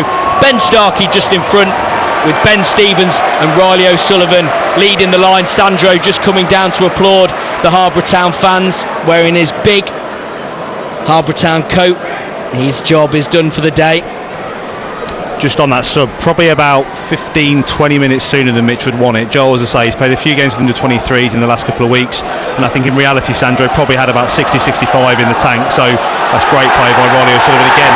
And that has to be a foul. It's not given by the referee. Riley O'Sullivan putting himself about, putting the pressure on, looked to have won possession, and then two Reading players took it off him. Looked like he was brought down, but the referee says no, and Reading now will look to come forward through Andre Garcia, the left back. He goes inside to Wing, the captain. He's got both Craig and Savage just in front of him. Riley O'Sullivan looks a bit uncomfortable here as he looks towards the bench. It's Akande who's got it down the right hand side. We'll take a look at that in a minute. In fact, Riley O'Sullivan's gone down holding his arm here. He doesn't look comfortable at all, and Harborough will look to get the physios on. I think he's holding his forearm, Jack. I think he went down on it in that challenge, whether he was stood on. I think you quite rightly said it looked like it was a free kick, so Grace is coming on just to see to him. Obviously on the bench, and I don't want to see him come off, Jack, but if he does happen to come off this pitch, there's plenty of options for Mitch. Lewis Rose, Tendai Dare, both very similar players. Tendai very physical and good in the air. Lewis Rose, very technical, left-footed player. So let's see how it goes, and if he can get back up. We do want him to get back up, and obviously Kai Tong as well, who's on the bench for the Bees today. Very different type of player, very rangy, very quick. So hopefully he's back on his feet, and hopefully it's a good sign. Yeah, made such an impact, not only in that first half, but also in the last round against Tunbridge Angels. And I can tell you, by the way, the attendance just under 8,000 this afternoon, with 3,200 of them coming from Harborough. And you've been able to hear the noise from behind that goal. Riley O'Sullivan off the pitch at the moment. Hopefully he'll be able to come back on as Reading look to come forward through Charlie Savage. He's tackled well though by Ben Starkey. He's then though dispossessed by Andre Garcia. Does well, goes into the box here, clips it over, but it's headed away. As Reading look to come forward once again. It's Wing now, dead centre of the pitch, halfway into the Harborough half. All 11 Harborough men behind the ball currently as Savage looks to come collect. Out to Garcia once again, out wide to Tuma on this left hand side. Goes back onto his right foot. Will he whip across him? No, back to Wing on this left hand side. Out to Savage once again. He whips one in left foot. It's a good ball. It's headed away though by Williams. It's collected though now by Ahmed. It's a lovely curved effort by Wing, but it's blocked by Paul Malone that time, and will head out for a Reading throw in inside the Harborough half. They get it started nice and quickly, but Reading once again coming forward as Andre Garcia has possession, left hand side. Again, all 11 Harborough men behind the ball, defending well. It's inside to Craig. He then goes out wide to Akande, collects it well. He's got Josh Walsh for company. He puts the ball over the top. There's Akande. Tuma's there, can't get his head on it. All the way over to the left back, Garcia whips it in first time. It's then headed away by Morris. It's still all happening around the Harborough Town penalty area. It's all Reading at the moment at the start of this second half. Charlie Savage plays a 1-2 with Michael Craig. It's nice in the centre of the park from Reading. Savage lines up to shoot. He does. It's saved by Taylor. It's back into the danger zone, but Harborough able to clear. You could see it moved in the air, and Taylor did well to reposition and get a left hand onto it. Can Harborough get something on the break now through Riley O'Sullivan? He's running at Carnu, who is on a yellow card. Remember, the Reading defender, and is that a yellow free kick? No, says the referee. Andy Sparrow, as you might have been able to hear, disagrees sorry. a little bit. Hey, you call it as you see it, Andy Sparrow. We don't need you to be the BBC and be balanced here. That's my job. As Reading look to come forward now down the left-hand side. Good tackle from Freddie Robinson, and it goes out for Reading's 7th corner of the game. But Riley O'Sullivan will feel a bit bemused there that he's not earned his team a free kick in a dangerous position. And Reading have gone quickly. It's down the right-hand side, whipped in, but cleared this time by Ben Starkey. 52 minutes on the clock. Where is the second half going already? It's flying by. I imagine the further we get in, if Harborough is still in the lead, it will go slower and slower and slower. But currently they lead against League One Reading. Charlie Savage lines up to have an effort, and it's a decent save by Elliot Taylor. It was an awkward one, bounced just in front of him, and he did well to get a palm to it and put it out for Reading's 8th corner of the game. It's 2-1 to Harborough Town. Breathless period of play there, Jack, end to end, going back at the pitch again. 2 good saves in quick succession as this corner comes in. Yeah, it's whipped in right-footed towards the near post, headed out by Cooper, I think. Then on again by Ben Stevens. Riley O'Sullivan picks it up once again, looks to go down the line and put a bit of pressure on Garcia, but he's got time and space to go inside to Holzman, the centre half, and once again Reading will look to build. It's Charlie Savage once again, number 8 on his back, green boots down this left hand side, left footed, plays it between himself and Michael Craig, his midfield partner, then to Wing, the man playing just behind them in that holding role, number 29, the captain for Reading, plays it between himself and Ahmed, the right back. It's Garcia now, left footed, it's out to Wing, just to the edge of the box. Does he get a foot in the Harborough defender? Yes he does. And can they break? No. The ball from Riley O'Sullivan is poor actually to Ben Stevens, and once again Harborough able to regain possession, but that's a loose pass from Reading. And can Ben Stevens win it here? He does. Plays it back to Carter in the middle of midfield and plays it over to Starkey. He's beat the offside trap as Starkey. He's got Holzman for company. Can he get inside him? He's surely being held there. It's Ben Starkey, but the referee says no, and he's not giving them an absolute sniff at the moment. The Harborough fans not happy behind David Button's goal here at the Select Car Leasing Stadium. And once again, Reading will be able to build 1-2. That Rolls Royce just came out the garage there, Jack. What a ball from Joel Carter to find Ben Starkey, as Elliot Taylor comes out and calmly clears up the. It's been a superb ball there. Released Starkey down the left and was just unlucky there not to pick up that free kick. Just go back. Elliot Taylor, 2 critically important saves. That ball moved in the air from Charlie Savage, like you say, stuck out his hand and got a great palm. The second save as well, down low, managed to tip it up and over, and that was brilliant. Well, it's time for your choice of listening on BBC Radio Leicester Sport. If you're after the rugby, you need to be on DAB or BBC Leicester's BBC Sounds. For Harborough Town in the FA Cup, stick with us on FM and the BBC Sport website and app. We hand you though to the AJ Bell. It's Sale against Tigers, Tom Bardell and Adam Whitty. Here at the Select Car Leasing Stadium though, 55 minutes gone. Riley O'Sullivan's just done really well to win a corner from Andre Garcia that's going to be taken by Josh Walsh right in front of those Harborough fans, and listen to that noise from the Bees behind that goal. They scored from 2 set pieces in the first half.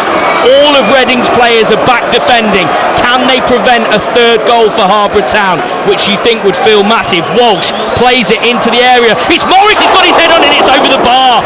It was a decent position from the big man Alex Morris, just on the edge of the 6-yard box, beat his defender, used his presence to get his head on it, but unfortunately it's over the bar. 1-2. Quality that ball in from Josh Walsh there, just floated into the right area. Alex Morris just couldn't get above it and just went over the bar there, but great opportunity to make it that 3rd and just build that 2-goal cushion.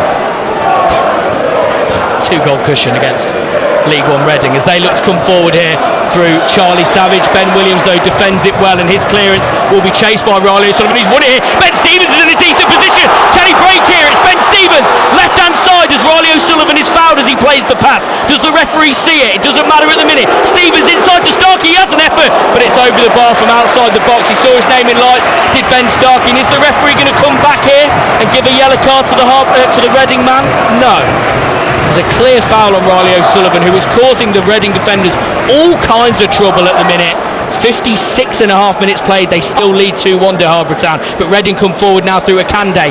Right hand side, Willie whipping a ball, it's to Wareham, and he's missed from 6 yards. How has Wareham not equalised for Reading? It was a brilliant fast bit of play from Reading down the right hand side. Akande played a beautiful ball along the deck to Wareham, 6 yards out, the whole goal to aim at, and he has put it wide. It remains 2-1 to Harborough Town. Big let off Andy Sparrow. It's one of our 9 lives gone there, Jack. That was, I mean, it was inside the 6-yard box. All he had to do was put it in the net, and thankfully he didn't. But wow, that's take a breath. 57 minutes gone. Can we have that countdown clock again like we did at Tunbridge? They've got over half an hour to go. Harborough Town leading in the 2nd round of the FA Cup as Ben Williams looks to clear one down the line. He does, but it's won again by Reading's Charlie Savage. And again, there was contact on Ben Williams after he played the ball, and again the referee's not given anything. and Reading will look to come forward here through Ahmed and Akande.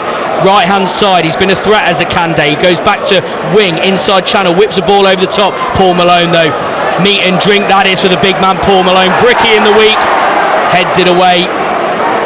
In that instance, Riley O'Sullivan again looking to win the ball further up the pitch, but again the referee not giving him a sniff in terms of fouls, and Harborough have won the ball again here through Ben Stevens, who goes long to Riley O'Sullivan, but the Reading defender's able to get on the end of it, and they'll build once again. And there's a brilliant image on the side of the pitch here as Sandro is in the ear of manager Mitch Austin, giving instructions to the players. That's what he brings, even if he's not on the pitch, does Sandro. Akande now, right hand side, plays it to Wing. Will he have an effort? No, he looks to play it inside. It's blocked by Carter this time. Wing wins it back for Reading, edge of the box, plays it to Savage, has an effort, left footed, it's a decent effort, and it's in the back of the net. That is a lovely goal from Charlie Savage.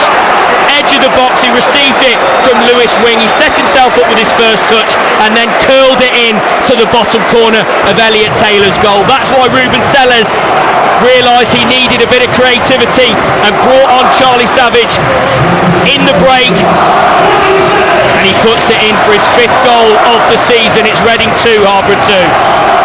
It's been coming, good pressure by Reading since the restart. Charlie Savage just that different level above there, took a touch, and unfortunately no chance for Elliot Taylor there down low. And the Bees fans reacting though, a massive noise coming from this away end now. Ben Stevens asking for the same thing.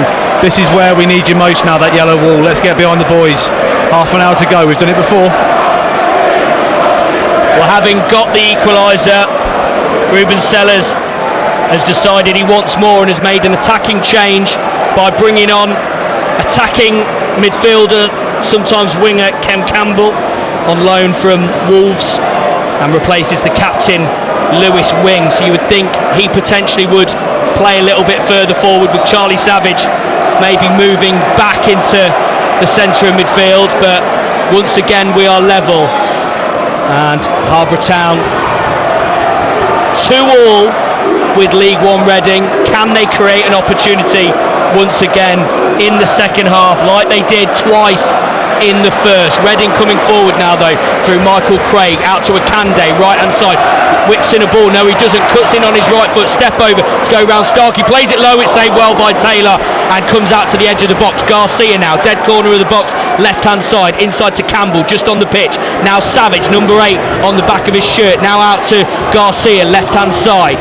Playing it amongst themselves, Reading, as Harborough get themselves back into a defensive position, and Savage once again receives it, edge of the box, pretty much where he's just scored from. He's got Carter for company though, out now to Craig, who cuts inside. He's tackled well by Dan Cooper, and Reading will have to reset once again. It's Charlie Savage. Is he going to whip in a ball? No, plays a nice ball down the line to Garcia, plays it low into the box, but Paul Malone there to intercept and play it into Riley O'Sullivan. Harborough have men over here. Can he see Starkey and Stevens in a position? He tries to get out, and he does really well to get out of danger, does Riley O'Sullivan. Plays a ball, switches it to Ben Stevens, left hand side. Josh Walsh is with him on the underlap on the left hand side. Stevens inside, does he find Walsh? No, the ball was a little bit loose from Ben Stevens, and Ahmed gets in, but can only put it out for a throw in a dangerous position for Harborough. Level with the edge of the penalty area. It's 2-2, and they've got a long throw to come from Dan Cooper. Great play by Riley O'Sullivan there, great bit of skill, releases it, overlap on the left hand side. Josh Walsh came outside of Ben Stevens, just as the defender got there first, but we'll take this long throw as we've got Kai Tong and Lewis Rose ready to come on for the Bees after this passage of play. 2 attacking players coming on for Harborough. Mitch Austin doesn't fancy the draw, he wants them to go for the win, as Dan Cooper lines up for a long throw in, left hand side, level with the edge of the penalty area. In it comes towards Paul Malone. Does he get his head on it? No. Cleared by Reading. Starkey though will have an effort. It's skewed though, and can Riley O'Sullivan pick this one up? Yes he can, right hand side, and Harborough can have another go. Whips in a lovely ball, does Riley O'Sullivan, and he just creeps past the far post. It was a beautiful ball, left footed into Riley O'Sullivan, curling towards that back post.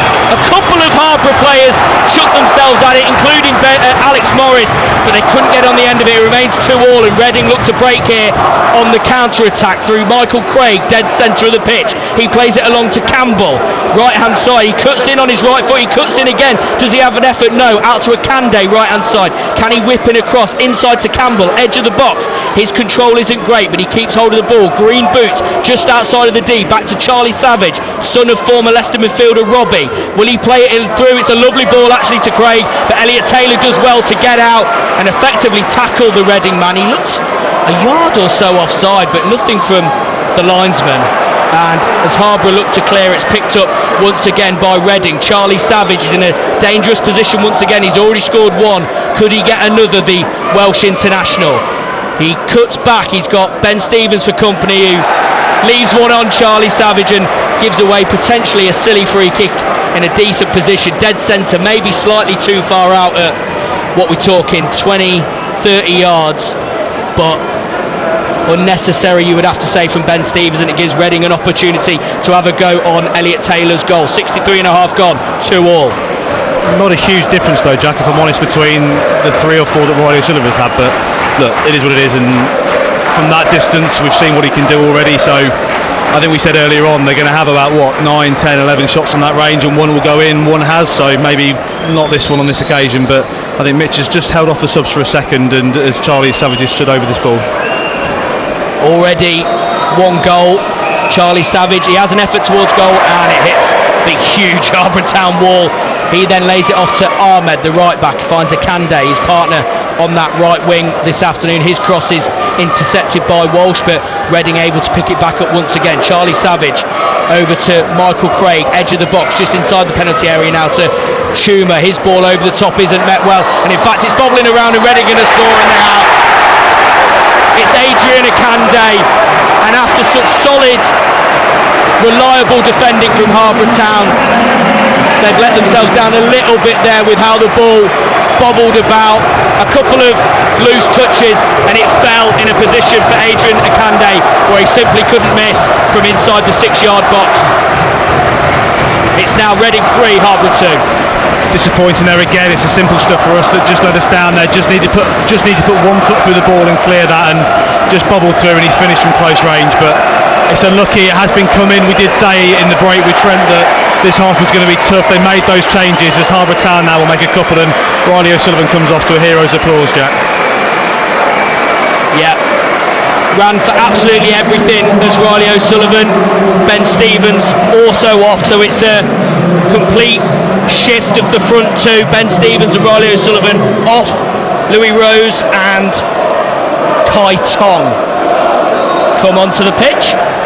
Offers a very different proposition, Jack. Kai Tong, pacey, really rangy and very quick. So whereas Riley O'Sullivan is very physical, Louis Rose, they're both more technically skilled players. So expect to see a very different front line maybe for this next 10-15 minutes, and I think the longer the game goes on like this, you may see us start to throw some more bodies forward.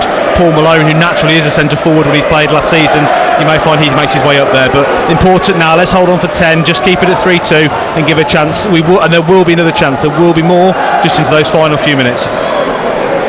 65 minutes on the clock. You're listening to BBC Radio Leicester Sport live from the Select Car Leasing Stadium as Harborough Town, let's be honest, making history just by being here. Their first time they've ever made it to the second round of the FA Cup, and they've put in a brilliant performance so far against League One Reading, who are 105 places above them in the Football League. So the fact that it's 3-2 after 66 minutes is an incredible achievement. The fact that they've scored twice, had the lead twice, is a remarkable achievement for Harborough Town. But this isn't over yet. They've seen the threat they have from set pieces. If they can get another corner, another long throw, another free kick in a dangerous position, they could still get an opportunity as Reading continue the vibe of pretty much the entire second half so far by having possession around the edge of the Harborough Town box, particularly through Charlie Savage, who's been very impressive since coming on. Welsh international, 2 caps for him, of course, son of former Leicester midfielder Robbie. As Reading looks to come forward once again. Chuma looks to play a ball over the box, and it's poor, and it goes out straight for a goal kick as the Harborough Town fans continue to make some noise. 67 minutes on the clock. It's Reading 3, Harborough 2.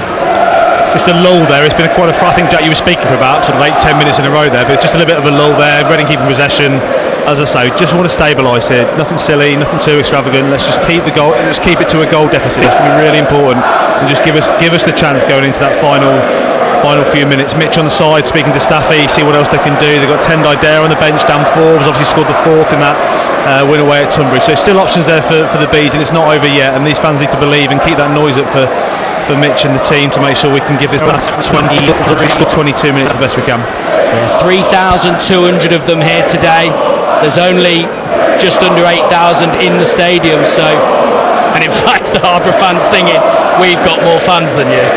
As I say that, whatever happens, they've been having a great day out. 14 coaches made their way down from Harborough this morning, which also included our man Russell Hobbs. More from him, more reaction from the fans a little bit later on, as Reading look to come forward once again through Akande on the right hand side. He's looked threatening, tricky player, lots of step overs, but Josh Walsh did well there to contain him and force him back, and Reading now will look to play along the back and now into midfield with Charlie Savage. He comes out to Chuma on the left hand side, looks to go past Dan Cooper, who does really well and in fact wins a goal kick there. Brilliant tackle from Cooper, managed to knock the ball off of Chuma, and it goes out for a Harborough goal kick. 69 minutes gone, 3-2. Dan Cooper does what Dan Cooper does best, and got his way, himself in the way of the ball, and wins that goal kick for us. We said it again in the break, Jack. It's important now to keep these levels up. The longer this game goes, the tighter the Harborough players will be. I think it's a bigger pitch than we usually play on, which is a stupid thing to say as well, but that makes a difference, and we just need to keep these levels up and use the bench effectively as well. Once again, Reading player appears physical with a Harborough man, and the referee doesn't give I'm sorry, not to disrespect, they are very talented players, these Reading lads, but they are young boys, and one of them has just gone up to the giant that is Freddie Robinson and tried to get in his face and effectively got into his chest. Freddie Robinson pushes him away, says, "I won't worry about it, lad," as Dan Cooper goes for a long throw down the line. It's into the box here, actually. Can Harborough get something on this? Malone gets a head on, but Reading choose just to go long, and they've got to keep reminding Reading of that they've got this threat from set pieces. Reading might have the lead now, but it's a slender one still. They don't want them to be too comfortable. As a head on from Robinson to Kai Tong, plays it along the box. Can he get an opportunity here? No, he just fell behind Freddie Robinson inside the Reading box, and the Royals choose to clear long. It remains 3-2, 70 minutes gone. Another Dan Cooper long throwing into the box. Said it, Jack, we'll have these chances. We're going to have these chances as this game goes on. It was Kai Tong again, the new blood on that right hand side, full of legs, just got the ball across and couldn't get the end of it, as I think Mitch is going to make a couple more subs here. Looks like Amar Sandhu and Dan Forbes are just stripping off. Dan Cooper, long throw towards Morris, gets a head on it, but it's wide of the goal and go out for a Reading goal kick. You're listening to BBC Radio Leicester Sport. Don't forget, if it's the rugby you're after, Leicester Tigers at Sale in the Premiership. That's over on DAB and BBC Sounds. Elsewhere in the FA Cup today, Doncaster have beaten Kettering. So by my reckoning, Harborough are the last non-league team in the competition currently. Solihull Moors. Solihull Moors, and I think there's also Tamworth are playing this afternoon as well, Jack. So there's a couple still going. I think we're all in similar situations though. Certainly the lowest ranked team in the competition after Gainsborough went out on Friday night. Tamworth currently holding Burton 0-0 at the Pirelli. Solihull Moors 1-0 up against Bromley. Birmingham have already beaten Blackpool, and as I mentioned, Doncaster knocking out Kettering Town, which I imagine those 3,000 Harborough fans will be quite pleased to see that. As Reading continue with a bit of possession in midfield, Harborough Town holding strong though at the moment, keeping them out, keeping them at bay for the time being. But Charlie Savage can have another effort at goal here. It's blocked and loops into the air, and then a Reading man has headed it out for a goal kick, and Harborough are going to make a couple more changes. Sandhu and Forbes are about to come on. Dan Forbes, of course, scoring that fourth and final goal in the first round win at Tunbridge Angels, and it's Dan Cooper, the man coming off for Dan Forbes. A word on Dan Cooper's performance. Super Coops, Jack. He's giving everything. I think we said at the Tunbridge game, at the start of this year he wasn't quite sure if he was going to carry on, if he could maintain at this level. He's shown today he can maintain it at League One level. He's done superb. Are you surprised he's not been left on for the long throw threat? I think it's going to be a combination of legs. I think the legs are what's going to do this in this final sort of 18, 17 minutes as we go through. So get the fresh legs on. Dan Forbes, quick as lightning. You're also going to see Amar Sandhu, really quick, rapid left back, with Josh Walsh now going into the middle of the field. That's where he's been for the last 3 games and has been superb. So Sandhu will go out to the left wing, and you'll see Josh Walsh now moving to the centre. The voice there of Andy Sparrow, our insight into Harborough Town as a club, one of the many fantastic volunteers that keep this club running, not just FA Cup week, every single week of the season, in the Southern League Central Division Premier, the FA Trophy, the local Leicestershire Cup as well. And a shout out, I think, to all the non-league clubs across Leicestershire. We've got such a fantastic array of non-league teams, whether it's Barwell in the same level, Quorn going so strong at the start of their season, Anstey Nomads, of course, Hinckley AFC, my own club, and so many more.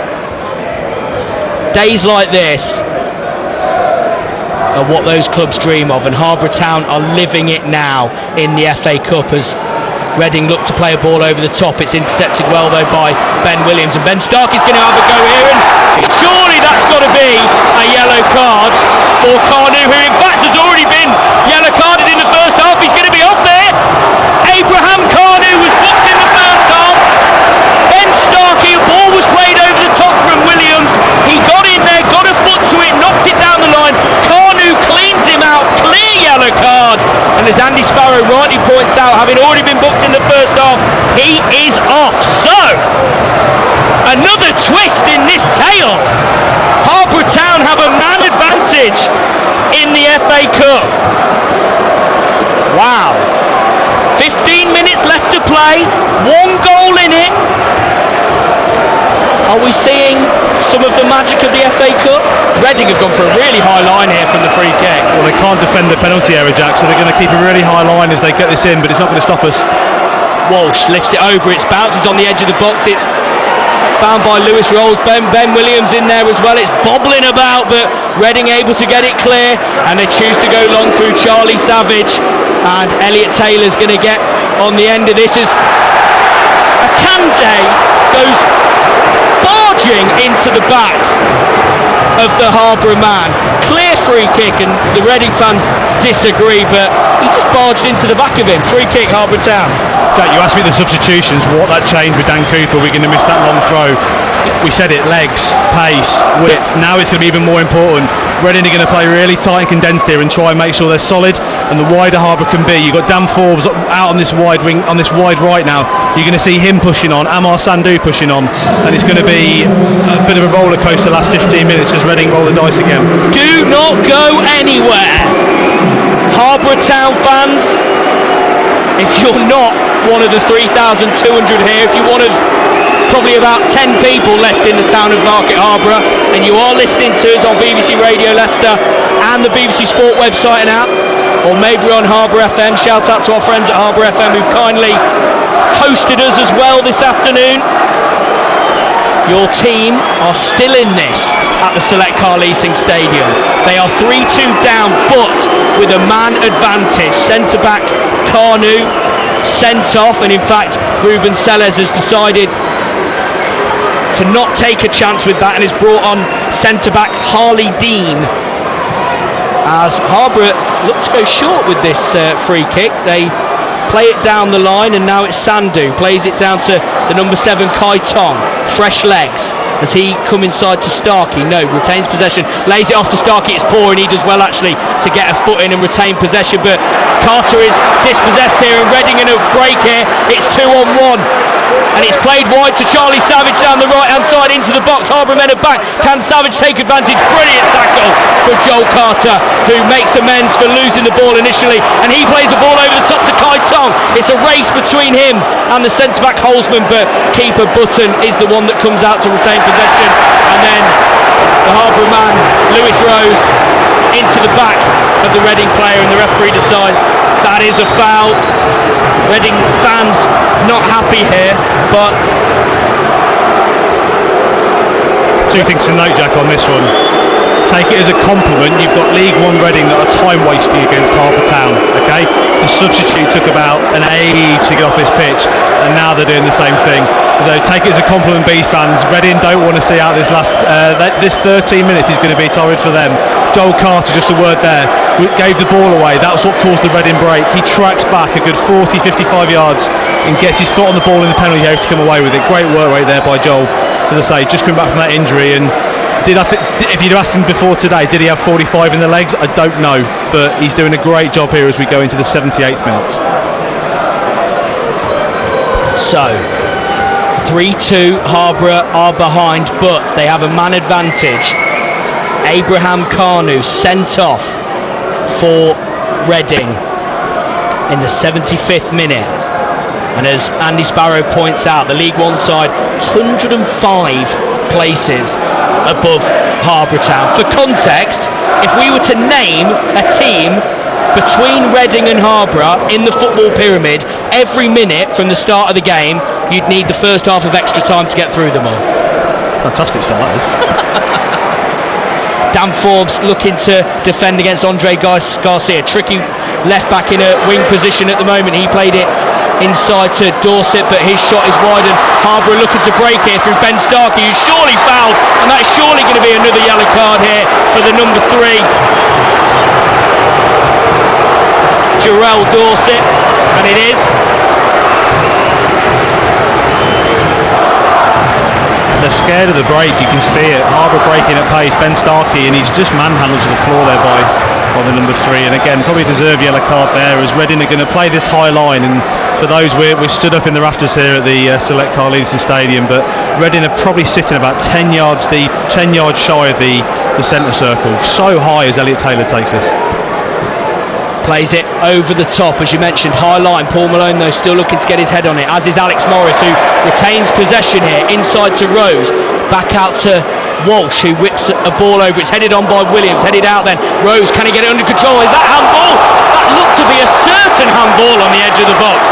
Referee says no. The Bees fans apoplectic behind the goal. They think it was a certain handball just outside the penalty area. The referee, though, waves it away, and Reading's keeper Button is going to take his time here, as he does eventually pick it up under pressure from Kaiton.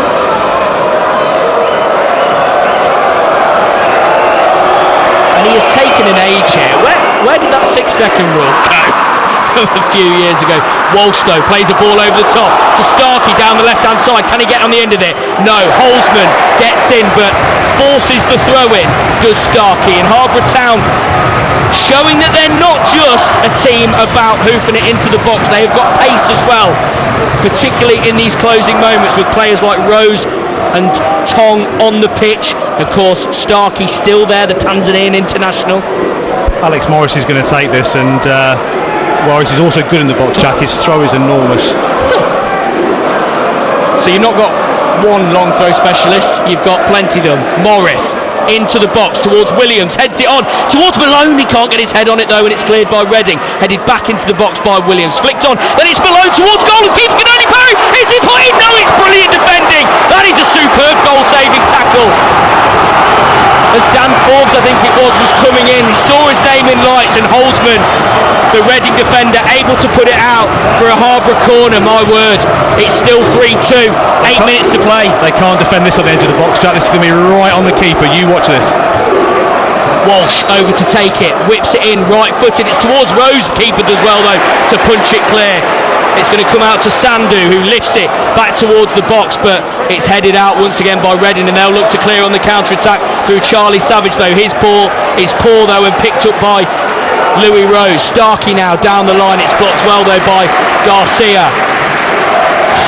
Don't go anywhere on BBC Radio Leicester Sport. 8 minutes left to play here at the Select Carl Leadison Stadium. It's Reading 3, Harborough 2. The Bees led twice in the first half. Can they get an equaliser? They have a man advantage. Kanu sent off for Reading. as Harborough give the ball away in the middle of midfield there, and Savage, who's been fantastic since coming on at the break, looks to calm things down. Morris now though will look to shield the ball, and for once in this game an assistant referee has put his flag up for offside against a Reading man. 3-2. He's obviously swapped it for the unweighted flag at half time, Jack. I think the other one was a bit heavy, so Mitch has rolled the dice now. Paul Malone is playing centre forward there, so he's put him up there. Paul Malone is a play centre for us. Last season Paul Malone started there, so no stranger, but his presence up front now will dictate how we're going to play this last 8 minutes. That is what you love to see.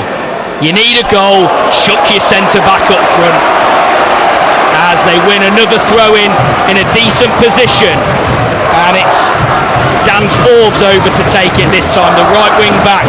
Scored the 4th goal against Tunbridge. He chooses to go short inside to Josh Walsh, lifts the ball over to the box, but it's not great. Malone though is going to come over and cause some trouble, and in fact he does. Reading can only half clear, and now they'll try and play out from the back in their left back position. Craig down the line can only find Josh Walsh. He goes inside. It's a lovely bit of play from Walsh, whips the ball into the box. It was left well by Morris into the run of Ben Williams, who was making his way into the box, but it's just in front of the Harborough Town captain, and he can't get anything on the end of it. It goes out for a Reading goal kick. We're approaching 84 minutes here.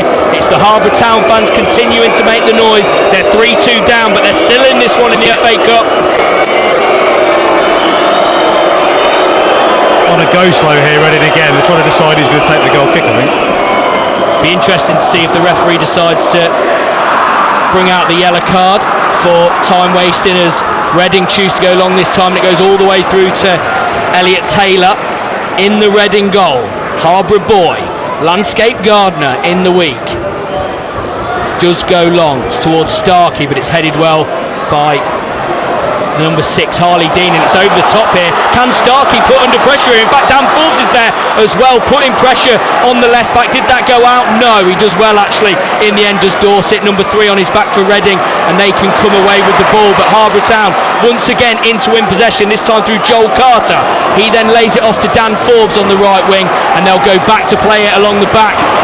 Williams to Morris along to Sandu, and can they build something now down the left hand side? He comes inside, does Amar Sandu, down the line to Lewis Rose, but his ball is poor. Thankfully though, it's an even worse touch from Ahmed, the right back for Reading, and he puts it out for a throw-in in another dangerous position. Alex Morris on long throw duty at the moment.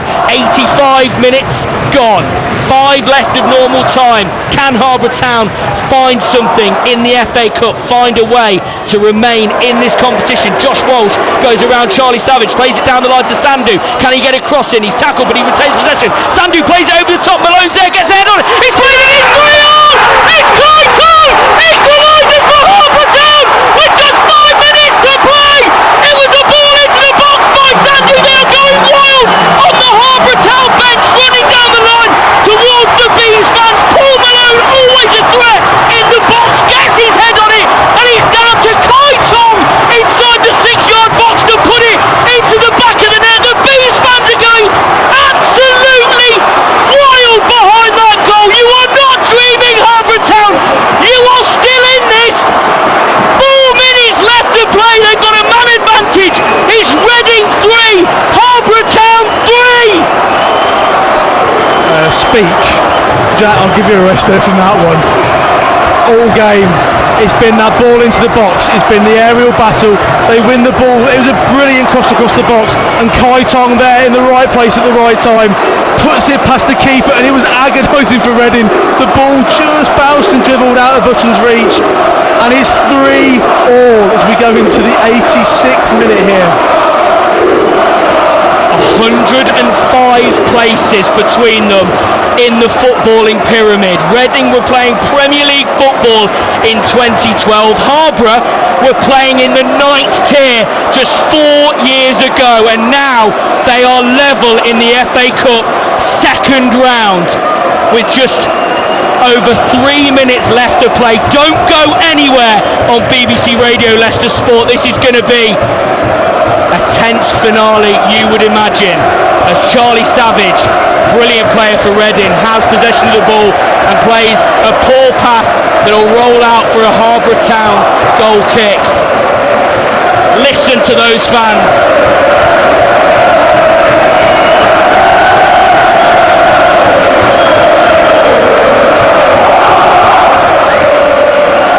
$3,206 of them, 14 coaches made their way down from Harborough, and they are loving this. There was a yellow flare going off at the minute. There's a Brazil flag being waved for Sandro as well.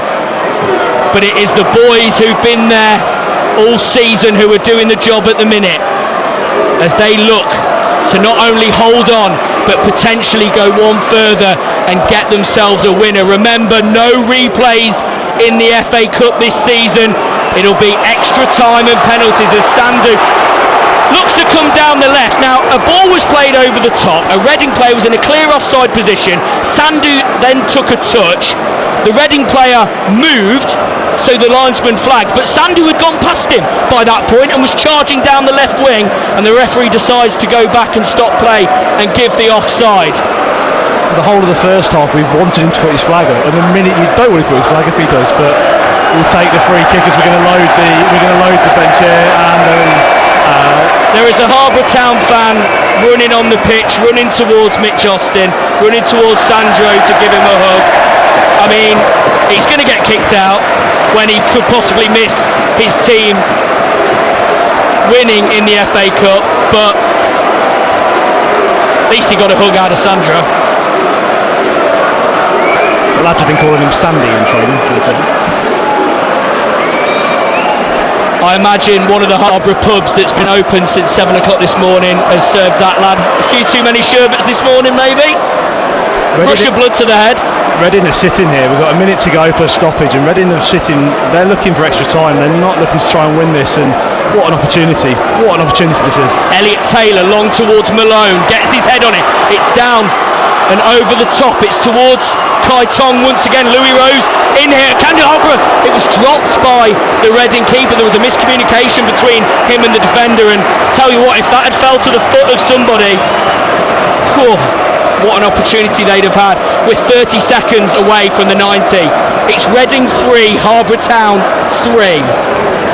As they win the ball high, they know in the end Dorset does well to keep the ball from Ben Starkey, but he was playing with fire a little bit as Josh Walsh now putting Michael Craig under pressure. Brilliant tackle from Josh Walsh. Has he won the throw in? No, but it's brilliant defending to stop Reading breaking, and the board is about to go up.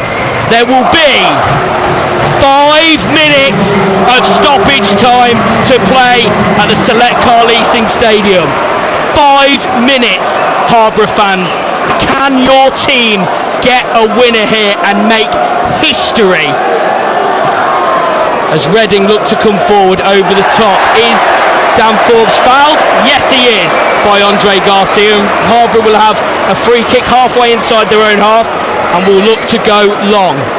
Andy Sparrow, what is happening? I don't know. I was just going to say about Josh Walsh there. So we talked in the first half how solid, stable, and how good he's at left back. And what you're seeing here is how good he's in centre midfield as well. Winning those tackles, playing the balls. For the goal, he was the one that had the touches in the middle to release Amar on the left-hand side. Josh Walsh has been absolutely superb this afternoon and just a class above. And can he finish it off? He's also known for a long way to screamer like Joel Carter. And I'll take one right now, please. Elliot Taylor, long down the right-hand side. Can Starkey get on the end of it? It's a lovely ball from Taylor, actually. Starkey does get on the end of it. Has he won a corner for his team? No, says the linesman. He says Harley Dean didn't have the last touch. I'm not so sure about that. And I tell you what, that is a get-out-of-jail-free card for Reading, because they cannot handle Harborough from the set pieces at the moment. Goal kick, 91 and a half played, 3-all. 3.5 to go. Reading need to hold on here, and I can't believe I'm saying that, Jack. But it's. And they're trying to play it out around the back, and have they given away a corner? Yes, they have. Yes, they have. Says the. I mean, that was completely stupid from Reading. If Harborough score from this, Ruben Telles is going to be raging, trying to play it out from the back. A ridiculous pass from Harley Dean goes out for a corner. You saw Mitch Austin celebrated that like it was a goal with fist bumps. He knows how much of a threat they are here. Harborough Town, 92 minutes played, corner, Josh Walsh. Left hand side, it's going to be a right footed in swinger. The referee is coming over to check it's within the quadrant. Kai Tong just went over there to take a short free to see if he would take a short corner kick, and Mitch Austin is yelling to say, no, get it in that box, get it in that box. What a compliment to Harborough Town, by the way, how raged up the Reading fans are getting about a ball possibly being a few inches outside the quadrant. Walsh whipped in towards the keeper, they got a head on it, it's in, it's wide! Oh, it looked for the life of me that it was in. You saw the net ripple. There was a group of players putting the keeper under pressure. He flapped at it. I think it was Paul Malone with the final touch, and he just couldn't steer it towards goal, and it has gone just wide. It's still 3-3, Andy Sparrow. How? I saw the net ripple, and I think like the 3,206 fans, I went up there, but Reading are using their lives up now, Jack. We've used ours up in the early on in that half, but Reading are vastly running through theirs now. Dan Forbes plays a high ball, but offside is given against Kai Tong, and that'll suit Reading, who will want to calm things down here. How has that not gone in from Paul Malone? How are Reading still level? How much is in the parking, Jack? I put some more money in the meter, I think. Yeah, that's right. If it stays like this, it's going to be extra time and possibly penalties. Stay with us here, though, on BBC Radio Leicester Sport. If you want the rugby, no offence to Tigers, I love you, but why would you want the rugby? If you do, though, it's on DAB and BBC Sounds. Right here, though, at the Select Car Leasing Stadium, it is 3-3 between Reading and Harborough Town, as Harborough look to go long here, and it comes to absolutely nothing, and Harborough win a throw-in inside their own half. Tigers are winning, by the way, 11-5. I just thought I should probably check the score. I haven't even thought about it for the last few minutes. Sorry, Tigers fans, you're on DAB. Here it's 3-3, and there's less than a minute to play of normal time. Harborough Town are about to go to extra time against League One Reading. That's a push in the back, is it surely, referee? No. But Harborough do win it back, and Ben Williams can lift the ball over the top. It's collected by Holzman, and Reading will look to build down the right-hand side now. 10-man Reading, I should say, and they've actually done well to keep the ball over there. And will Reading come over to create one final chance? Michael Craig, right-hand side, just inside the Harborough half, goes back to Holzman, the centre-back, just inside his own half, who then crosses it over to Dean, the centre-back. They're playing it amongst themselves here. They want to get to full-time, Reading. They don't want to take any chances here. They do go for a long ball over the top. It's a nice ball, actually, to Garcia. It's played inside, and that is a superb save from Elliot Taylor. That is a game-saving save from Elliot Taylor. It was a lovely lofted ball over the top. And that is it. That is the 90 minutes. So, just to describe that moment, ball over the top, into the box. Garcia put it on a plate for Wehrman, who could only get a slight touch towards the goal, and Elliot Taylor was able to palm it away. And then the referee blew for full time. Wow. So, I cannot believe I'm saying this. It's Reading 3, Harborough Town 3. It's going to extra time and possibly penalties. What a performance it's been from Mitch Austin's men as he goes onto the pitch to wave towards his players. He wants to do this chat in front of the Harborough fans. He's not doing it on the halfway line. Freddie Robinson got them going in the 18th minute with a header from a Josh Walsh corner. Mamadi Kamara equalised within a couple of minutes for Reading with a deflected effort from inside the box. But within 2 minutes of that, Riley O'Sullivan, a brilliant effort again from a set piece for Harborough, a long throw into the box, was able to put them 2-1 ahead, which is what how it was at the break. Charlie Savage came on for Reading at half-time, made a real difference, showed his quality and got his 5th goal of the season to make it 2-2 before Adrian Akande put Reading into the lead a little bit later on. But then a key moment, you have to say, Abraham Kanu sent off after 75 minutes for a foul on Ben Starkey, a second yellow card offence, before Kai Tong putting Harborough into dreamland with an equaliser on the 86th minute to make it 3-3. Paul Malone went as close as you can imagine to giving them the win, but it is here at full time. I'm going to take a breath. I'm going to give it to you, Trent Hudson. 3-3.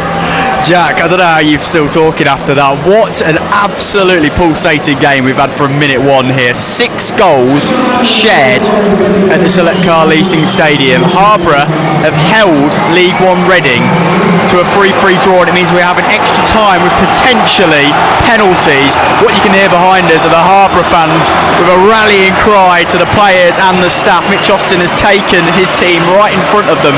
Andy Sparrow, what a game. What a game, and it's not over yet, Trent.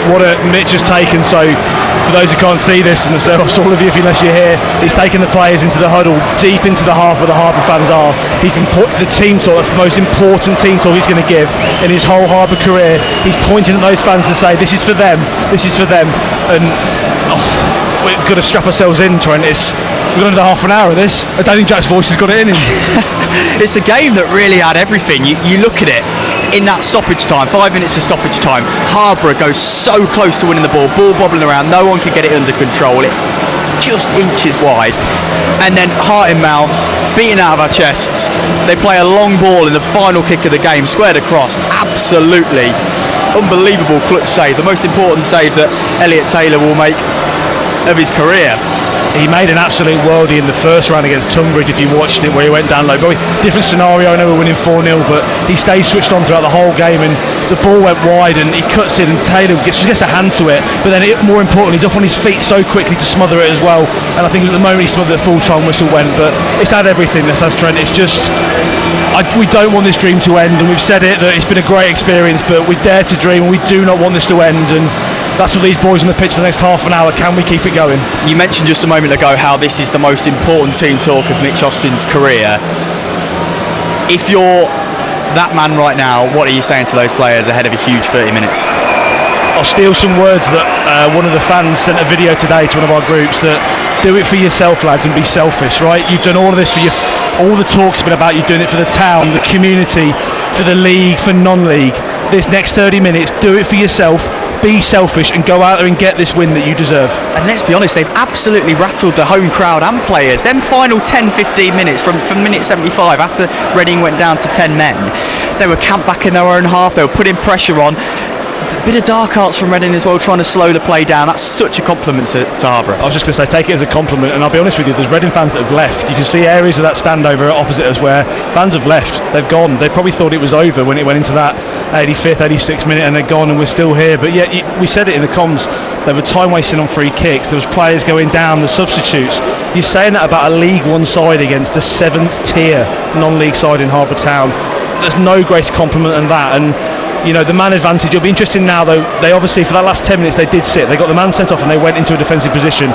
Ruben Sellers got a chance now to reorganise and maybe restructure, so they can't go on for half an hour like that, so they must come out in a different way, and we saw it in the second half, when they came out after the break, about how they changed the lineup and Charlie Savage came in, and will he change it again just to give that little impetus and see if they can nick a goal early on? I sincerely hope not though. Well, let me tell you, not a soul in black and yellow has left that away end, and I hope anybody leaves us here on BBC Radio Leicester and Harborough FM, as well as we get ready to bring you what is a crucial extra time and potentially penalties here at the Select Car Leasing Stadium. 6 goals, as I say, shared here in Berkshire. It's been an enthralling game. Harborough leading twice in the first half. They went back behind, they scored late on, they've showed grit, they've showed determination, and they've shown quality as well in this game. And now are potentially just over half an hour away from booking a spot in the 3rd round of the FA Cup and writing more history. I'm hoping that Jack's got his voice back ahead of a massive 30 minutes. I'll pass you back over. Extra time is just about to get underway. Trent, Thank you very much. Wow. Okay, Andy Sparrow, lock in. If you're listening on Harborough FM, I hope they've got nothing planned after this. They were due to end now, weren't they, Jack?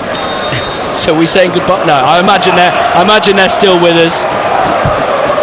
Lots of love to our friends at Harborough FM, who've kindly hosted our commentary as well this afternoon. Big story for the whole town as Reading look to come forward. It's a lovely ball through to Wareham, but he's in an offside position. He's put it into the back of the net. There's a few cheers, but he was clearly a yard or so offside, and the Harborough fans will quite enjoy some ironic cheers, but a sign that Reading aren't done here. They may be a man down, but just a reminder, there are 105 places above Harborough Town in the footballing pyramid. There's Reading, 7th in League 1. There's League 2. There's the National League. There's the National League North and South. And then down to 16th in the Southern League Central Premier Division. I've got Correct, that right. well pronounced, yeah, well done, Jack. Thank you.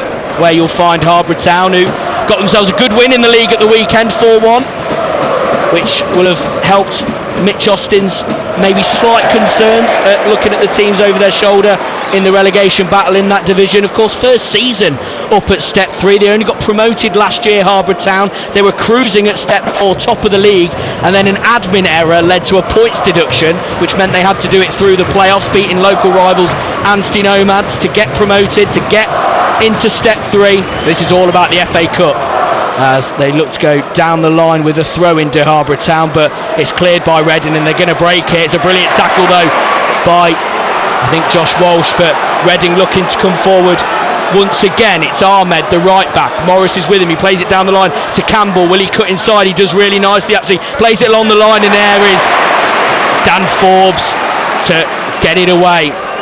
But a reminder of the threat that Harborough do have as centre forward Paul Malone, as we can now call him, started the day as part of the back three, of course scored in the last round. He's got himself 2 assists, by the way, today, worth pointing out, from heading on from long throws and the like. But currently the man leading the line for Harborough Town, such a threat, is Paul Malone from set pieces. It's Reading now though as they cut inside. It's a lovely effort and it's a goal. It's Campbell for Reading. It's a really nice finish. He cut inside from the left, just inside to the corner of the box. He hit it low down towards Elliot Taylor's right. He's got a hand on it, but he can't prevent it going in. And the League One side, Reading, just a couple of minutes into extra time, have taken the lead. It's Reading 4, Harborough 3. We spoke in the break just before the start of the extra time period to Trent about what will Ruben Sellers do, how will he come out differently, and you've seen it. There's playing three up front, going attacking and going for this on the break there, and it all came from a throw in. You had a Harborough long throw in that all game we've been putting long throws in to cause pressure. We came short. Unfortunately, they break, go down the other end of the pitch, and there's Elliot Taylor beaten down low. He was unlucky, but we let the shot come in from the edge of the box, and it's 4-3. But Jack, we've been here before. We have been here before. Kem Campbell, Wolves loanee. He's played 5 times for the Wales under-17s. He's got decent numbers actually this season for Reading. That's his 4th goal of the season in 15 appearances. And Harborough will look to come from behind once again, as they did in that second half. Sandu has it just inside the left-hand channel. He's being put under a bit of pressure by Michael Craig and chooses to go back to Morris and then along to Williams. It's going to sound really stupid, but it's not a bad time. If you're going to concede a goal, it was then. Reading now have just dropped all the way back again, one man up front, and this is going to be like the back end of the first half, the back end of the second half was. Yeah, Sandu does really well to win a free kick against Ashkar Ahmed, and you have to say the young lad at right back for Reading today has had so much to deal with. Reading youth product. It's his 7th appearance this season, and whether it's been Starkey, Stevens or Sandu that time, he's had a bit of a torrid time as the poor lad, just 17 years of age. Mentioned before, the starting lineup for Reading, the average age of their outfield players was just 20 years and 6 months. No time at all. As Harborough look to put one into the box. Josh Walsh, it's flat towards the back post. Can Malone get up on it? No, it's cleared by Reading and then picked up by Sandu. There's going to be another ball into the box here from Crawford, but there's too much on it.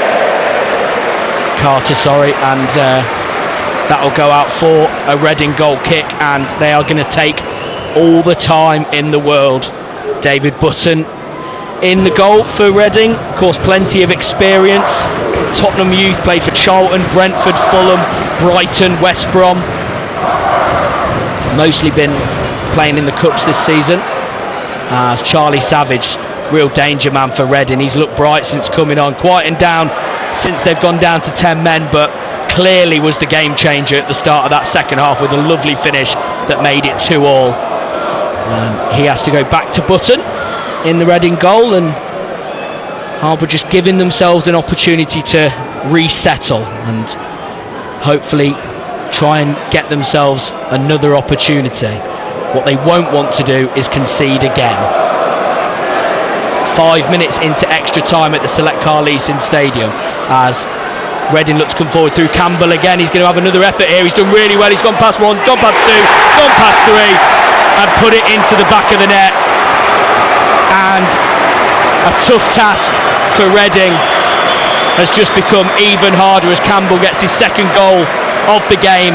It was a lovely bit of play, lovely bit of individual brilliance as he coasted into the penalty area, went past 1, 2, 3 tired Harborough defenders, and then a neat finish into the bottom corner past Elliot Taylor. 6 minutes into it, extra time here. It's now Reading 5, Harborough 3. It's just the legs, Jack. It's been a long game. It's been a hard game for all those players in yellow on the pitch, and Reading, professional players versus a few of them might be working tomorrow, Jack, when they're on the way back. So look, it was tough. It was a good finish, to be fair, down low. But again, sign of respect. Ken Campbell came over in front of the Harborough fans and said, "I'm not going to celebrate it, hands down." And if that's a sign of respect for Harborough to say how we've played today, we'll take it. But there's still time. There is still time as the scoreboard's gone off here. Yeah, the scoreboard has gone off. So can we go back to 3-3?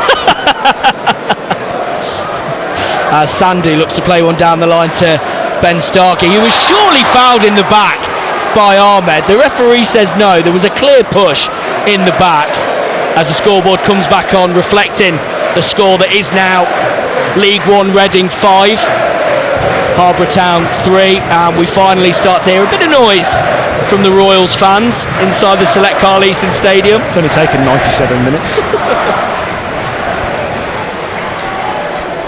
Just for context, as I mentioned before, I said if we started naming teams between Reading and Harborough in the Football League pyramid, we'd be just about getting to Harborough's league now and working our way down those teams above them in the Southern League Premier Division.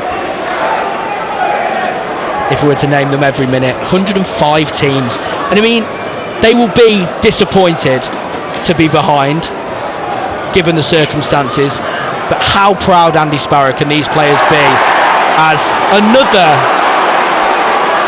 call for a foul on a Harborough player is waved away, not only by a referee, but the assistant ref, who was 2-3 yards away.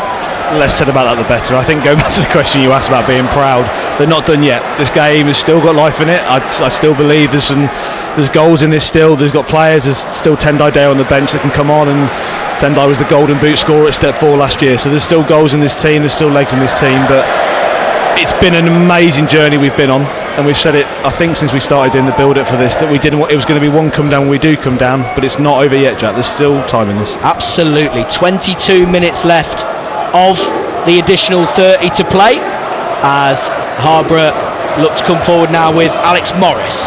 The big bulky centre-back finds Sandu on the left-hand side, does really well actually to go around Ahmed, but his touch is a little bit heavy and Reading are able to pick it up, and Ben Starkey does well to win possession, but he's then dispossessed by Michael Craig. And I suppose the difference has been, Andy Sparrow, that Reading have had those players to bring off the bench. Players like Craig and Charlie Savage playing League One week in, week out as they look to play in Ahmed down the right hand side. Ben Williams, though, defends it really well and plays a ball back to Elliot Taylor. There's a Reading man down here, but Harborough not going to put it out, I don't think, although Reading now back in possession, and Louis Rose briefly goes into contact with Campbell, who's now on a hat-trick, and the referee does give a free kick for that.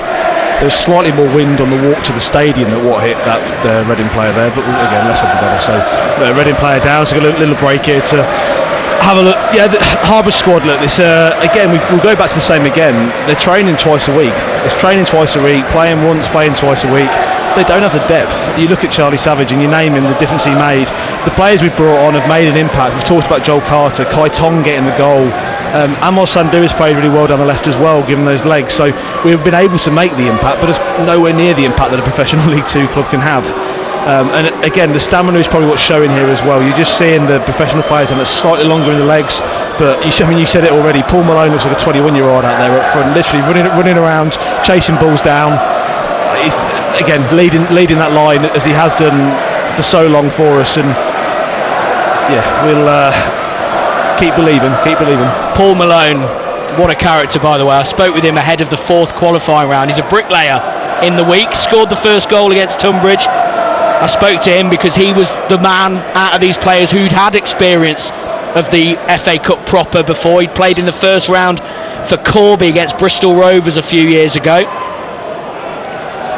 and spoke about what that was like as an experience, and said he was hungry for more. They got that. They got the, let's be frank, disappointing draw against Tunbridge, where they'd have liked one of the big boys, but it was a winnable tie, and they went comfortably, beat them by 4-1, and earned this dream day out against Reading, where currently they're down by 5-3 in extra time, but there is still time to go. They've got that man advantage, and who knows if they can get a 4th goal here before the break, could it invigorate them, excite them enough, add a bit of extra wind to their sails to hopefully go on, get another equaliser, and maybe send this one to penalties, as Harborough have possession inside the Reading half.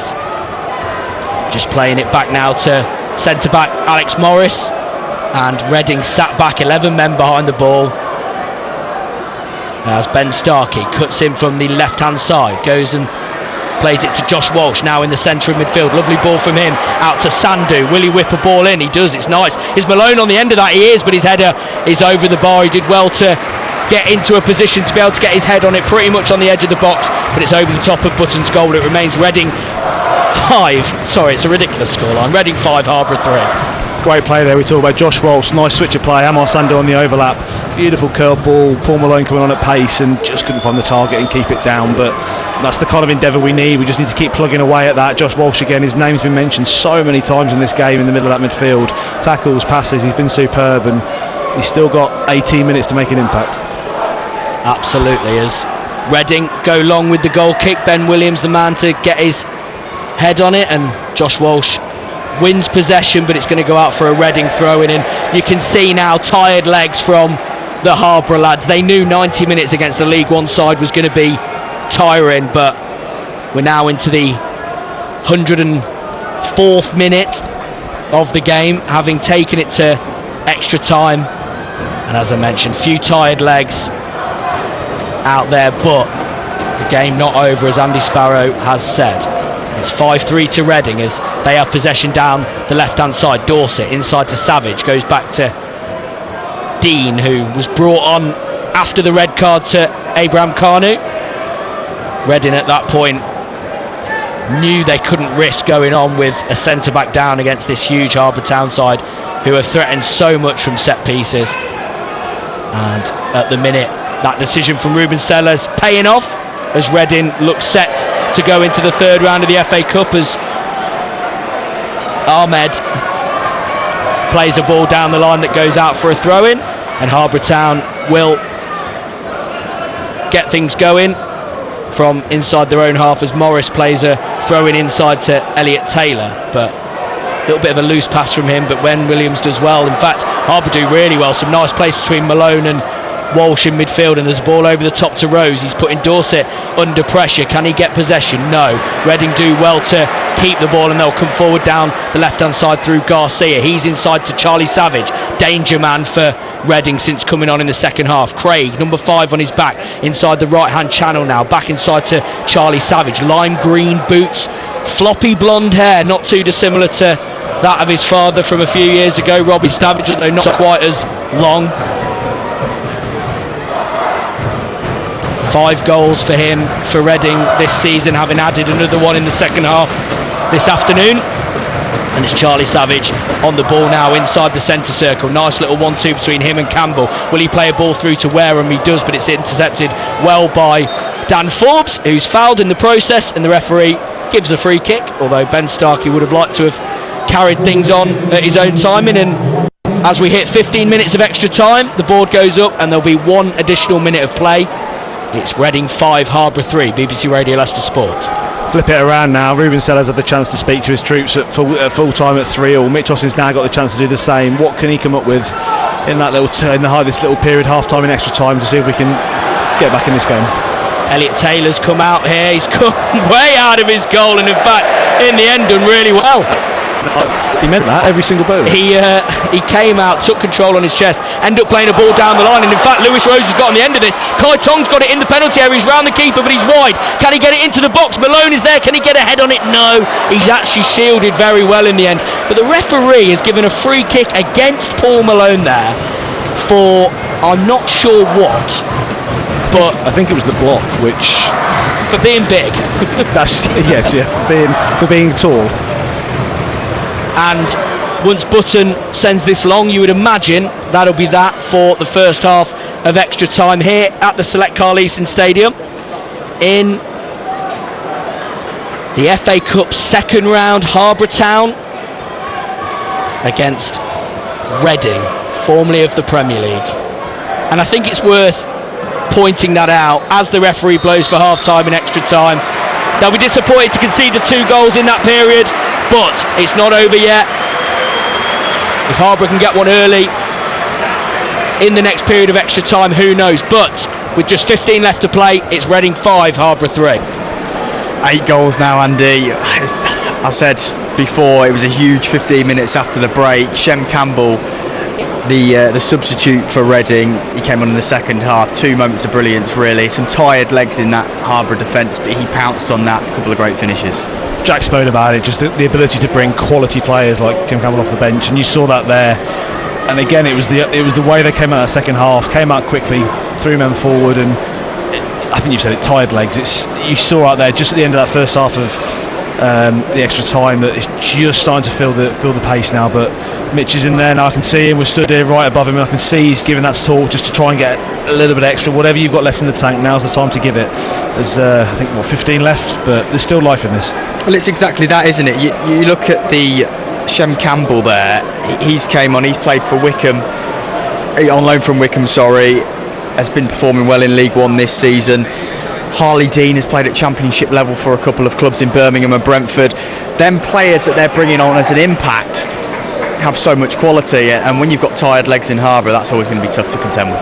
Oh, it always is, but you've seen glimpses just at the back end of that first half extra time. Again, the fresher players on that pitch have still got the legs in, and they're still going to be pushing forward. And they're still going to be trying their best as we go into this. We've still got 15 minutes. The crowd is still in great voice. No one has left this stadium, and no one's going to go into this last period thinking we can't get another goal. And even if it's only one more goal, Trent, that is testament for finishing 5-4 away. If that's how it finishes, even if it finishes this way, these lads will be immensely proud of what we've done, and everyone in that stand will be as well. Well, we saw Reading come out straight away in that at the start of extra time. If Harborough can get a goal early doors in the second half of extra time, who knows what could happen. Yeah, correct. And you've got to rely on your playmakers. Josh Walsh has been absolutely superb this afternoon in the middle of that pitch, moving into the centre from left back. You got Joel Carter in there, who's since coming on. I think I said it to Jack as he came on. I think if Joel was going to get 20-25 minutes today, that was probably the max we thought. He's definitely going to get. Well, he's going to get longer than that as we go through. He's probably going to be close to getting 60-70 minutes here. And yeah, it's been a superb day, but I think there's still more in this. I've just got a feeling we said it, the magic of the FA Cup is a massive cliche, but I still think there's more to come. There's something else to come in this game. All the Harborough fans there trying to spur on the Bees as they look to try and push themselves back in here. 5-3 the scoreline. I'll pass back to Jack Rafferty for second half commentary of this one. The current scoreline: Reading 5, Harborough Town 3. If you're listening on DAB, we'll hand you back to Leicester Tigers at Sale in the Premiership. But here on FM and the BBC Sport website and app, it is Harborough Town in FA Cup second round action. Waiting for the referee here, Jack. He's just been down the tunnel. Yeah, the players are all out, as are the majority of the officials, but we are still awaiting the referee for some reason. He was out a moment ago. Of course, extra time in half-time, in extra time. You don't have a full break. The players remained out on the pitch, and they're now back out, but there is no referee to be seen. So, while we await him, Andy Sparrow, how do you think this little break will be affecting the Harborough players? We'll take the extra time to recover, Jack. I think if you're going to offer us a bit extra time to get those energy back in the legs, then we'll definitely take it. And I just think Mitch has come out now. As we said it 10 minutes ago. We had time. Ruben Sellers had time to regroup and regather, and Mitch has got the same again. And I think you're going to see. I think in the team bus they came down with today, every single kitchen sink they've got will be going at this Reading goal to try and get an early goal, and that's what it'll be. If they can nick a goal in the first 5 minutes of this next period, it will make for a very interesting 10 minutes after that. And again, remembering all of this, that Reading are playing with 10 men. So as much as we say how Harborough Reading are going to be getting tired, it's going to be Harborough the same. It's going to be Harborough getting tired.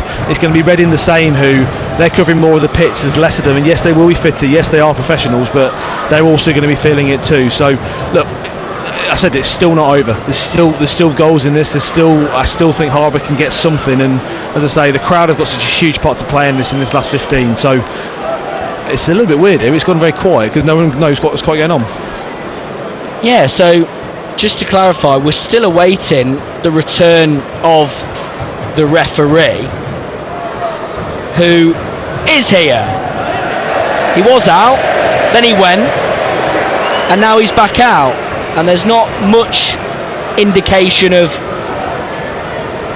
why or where he went. He had to put more money in his car parking, I think. Well, we are back out, all the players are here, and we have 15 minutes more to play, as there are 2 balls now on the pitch as well. What is going on? Give us every opportunity to try and score some more goals, Jack. We'll take 2-3 balls, everyone. It's going to be Harborough Town getting us back underway at the start of this second half, and it's going to be Joel Carter to get us going. And as we mentioned, this isn't over yet. Harborough Town are lining up with 4 men on this right hand side. They're going to go long immediately. It's like a rugby kick-off, Jack. From the start of the second half. Finally the referee blows up and we are back underway. Elliot Taylor with the ball almost at the halfway line, goes long towards Paul Malone, who can't get his head in it. Is defended well actually by Dorset, and Reading will look to come forward now, but he's dispossessed by Josh Walsh, and then Ben Williams, who looking to go down the line. Mr. Harborough Town, played over 400 times for this football club across 11 seasons, wins his side a throw-in as Charlie Savage comes over and tells the ball boy to stop being so quick, stop being so enthusiastic. Take it as a compliment, Jack. Yeah, Alex Morris over to take this long throw-in, but in fact he doesn't go long, plays it to Walsh, who'll look to put a ball into the box. He does, it's towards Tong, can't get his head on it though, and it's actually defended well by Ahmed, and Craig's going to get on the end of this for Reading, and they can break on the counter-attack down the right-hand side. Michael Craig, central midfielder, into the Harborough half now. He whips a ball towards the penalty area, it's intercepted well by Ben Starkey, and then cleared forward by a Harborough man towards Paul Malone, who started the day as the heart of the three-man defence, now playing up top as we have seen many a time for Harborough Town. And that is a lovely ball over the top from Paul Malone that Ben Stark is going to try and get in the end of. He looked to be pushed in the back. Does the referee give a free kick? I'll let the sound of the Harborough fans tell you the answer. 5-3.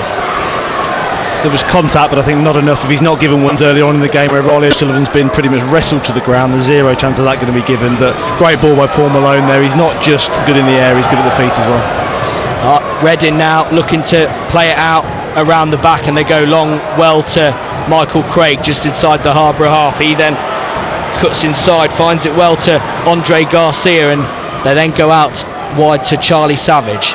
And Reading looking to take their time here, Charlie Savage, number 8 on his back, green boots, just plays it out wide to Ahmed, the right back, who's going to come forward and look to create an opportunity. He's wide right, level with the edge of the box. It's now back to Garcia, who's gone over to that right hand side. He was playing left back at the start of the day, as Savage has another effort on goal, but it's a weak effort that Elliot Taylor will collect, and he goes long towards Kai Tong, who's going to get on the end of this here. He's into the penalty area. Can he get a cross in? He does, but there's nobody there. It goes over the top of everybody's heads. Paul Malone looks to chase. Paul Malone puts in a challenge, and Paul Malone is probably going to get a yellow card for this. The Reading player potentially made a bit of a meal of it. It was late for Paul Malone. Quite rightly gets a yellow card. The Reading fans wanting to see him dismissed for that. It certainly wasn't a dangerous tackle, it was just late, and Reading will use this as an opportunity to eke out a few more minutes, and with 18 of the extra time gone, it remains 5-3 to the home side. Showing the danger there of Kai Tong on the break. You saw that Elliot Taylor inch perfect ball over the top. Kai Tong got on the end of it, beautiful cross, right foot into the box, and it was just players struggling to get there in time. Paul Malone furthest forward, just managed to come out there, almost managed to get there, and just went past him. But there's still life, as I say, there's still be chances in this, and especially with that front line. Kai Tong will be dangerous, he's full of legs and full of running, so still got 12 minutes here, it's not over. As the Harborough fans are giving, again, a very warm reception to the Reading keeper.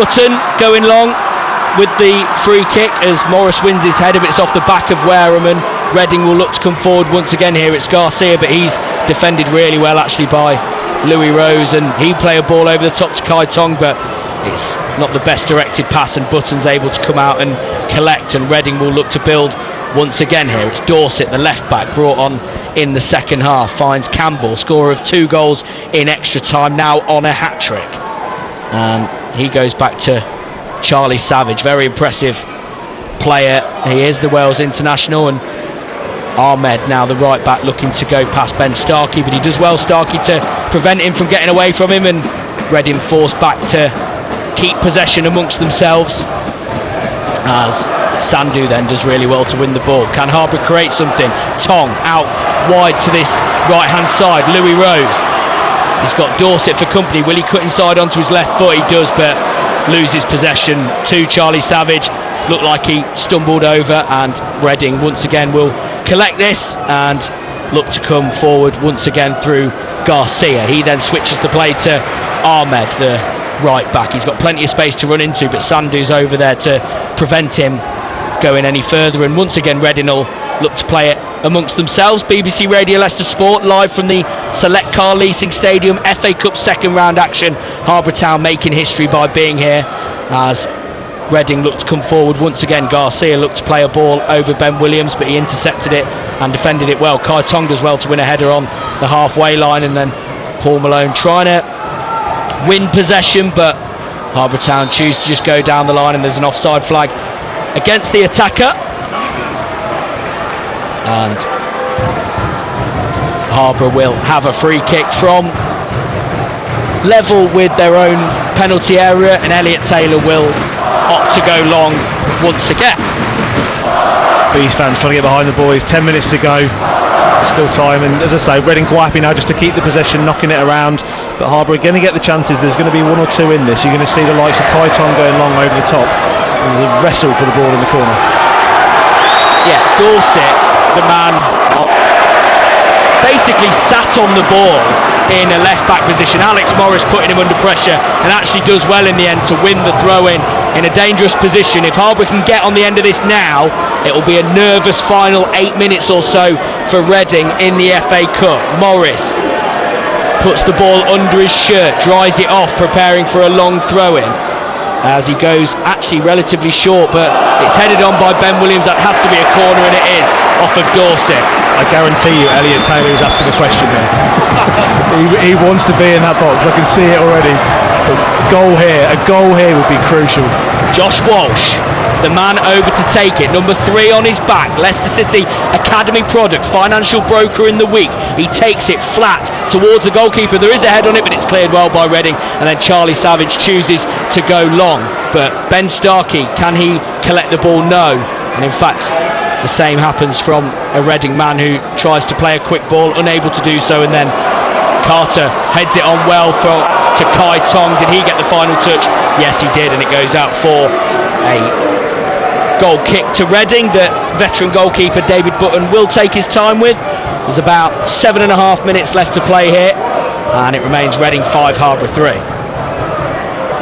Mitch trying to encourage, you can see him on the side, him and Staffy constantly speaking, constantly saying to the players, keep going, there's got to be more left. I've just thought Josh Walsh going to stop in the middle, but find another 5% from somewhere, and they're just going to dig so deep in this last 8 minutes. Ben Williams gets his head on it, and Harborough win themselves a free kick. Another late bit of contact on the Harborough captain, and Elliot Taylor will come out of his goal to take this one from 20 yards or so inside the Harborough half, and little cheers there as Paul Malone attempted to pass the ball back to Elliot Taylor to take the free kick, and it came off the back of Jarrell Dorset, the Reading left back, to ironic cheers from the Harborough fans. No matter the result, they've had a great day today. They've loved it. 3,206 of them making their way down on 14 coaches as Starkey collects possession inside the penalty area, and the referee gives a free kick against Ben Starkey there for the slightest touch on Ashka Ahmed, and there was calls of handball from the Harborough Town fans, dismissed from the referee, and once again Reading will see this as an opportunity to eke out some minutes. And Andy Sparrow, does it feel like it's getting away from Harborough Town a little bit now? It does, the minute he's on it does, and I think the legs, they're so tired out there, you can just see it, they're trying their best, they're giving absolutely everything for these fans, but I think the tanks are running empty now, but it only takes one moment of magic to be back in this.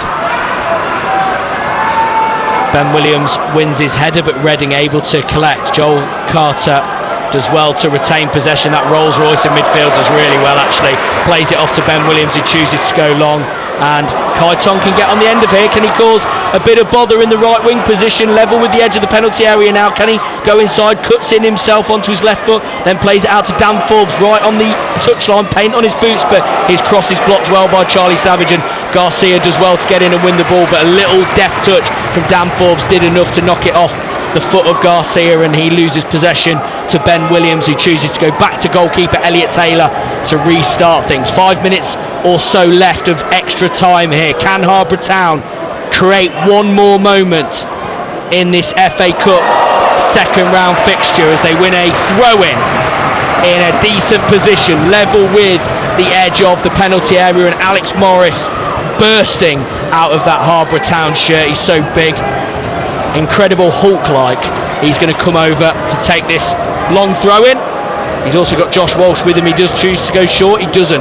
Launches it into the box, but it's a Reading head on the end of it, and it comes out to Sandu as an effort first time, but it's blocked well. Josh Walsh looks to get a header back into the box, but into the Reading man who goes long and hoofs, and actually Michael Craig's going to get on the end of this here. He's got plenty of space, and he's got Charlie Savage for company, but his attempt at a cross is really poor and goes straight out of Elliot Taylor's goal for a goal kick. Alex Morris puts his hand on the post as he maybe has a little bit of cramp, sorted himself out though, and Taylor can get on with things and take the goal kick, but it's only met by a Reading head, and you feel like this game is just getting away from Harborough Town now.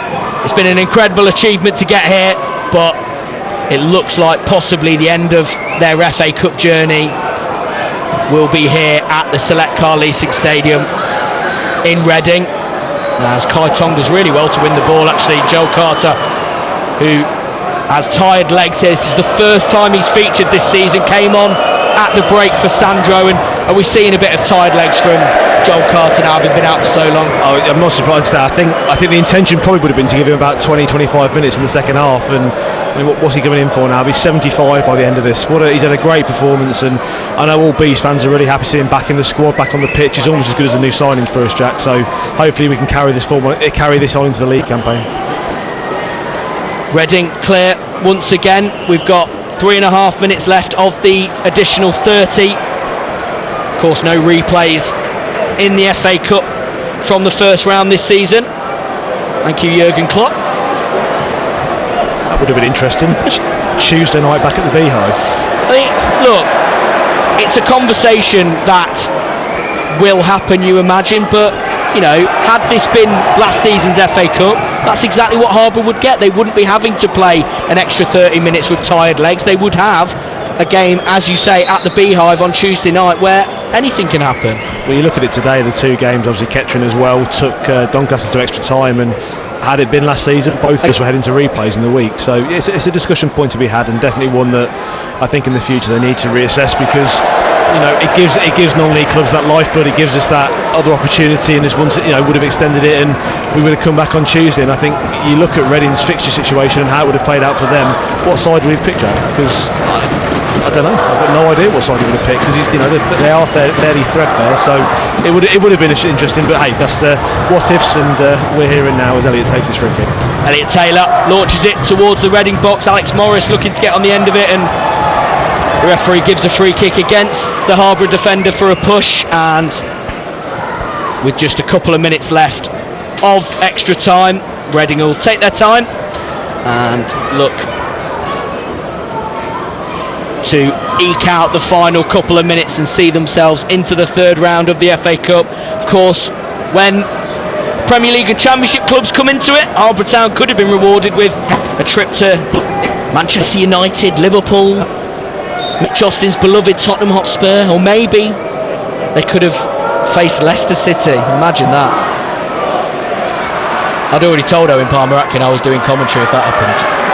Owen Palmer-Atkin, by the way, shout out to him, says he was it Kai Tong, I think he said he played against at one point in the last couple of years, and said he still has nightmares of the pace that he had to face. If I know Owen like I know him, I imagine Kai would have got taken down with a 2-footer at some point if that was the case. Remains 5-3 here, Select Carlisle Stadium, as Harborough Town play it down the line with a couple of throw-ins from Dan Forbes, and Reading look to just see this one out.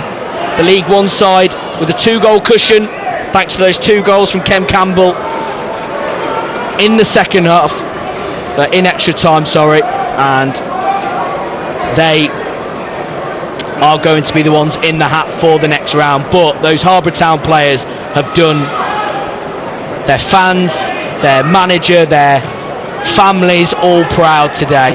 Not only have they come and competed against a side 105 places above them in the Football League, they have taken them to extra time and been complete value for it as they look to create one more moment for those fans. They're down in the left wing position. Can they get a ball into the box? It's won the throw in by Ben Starkey.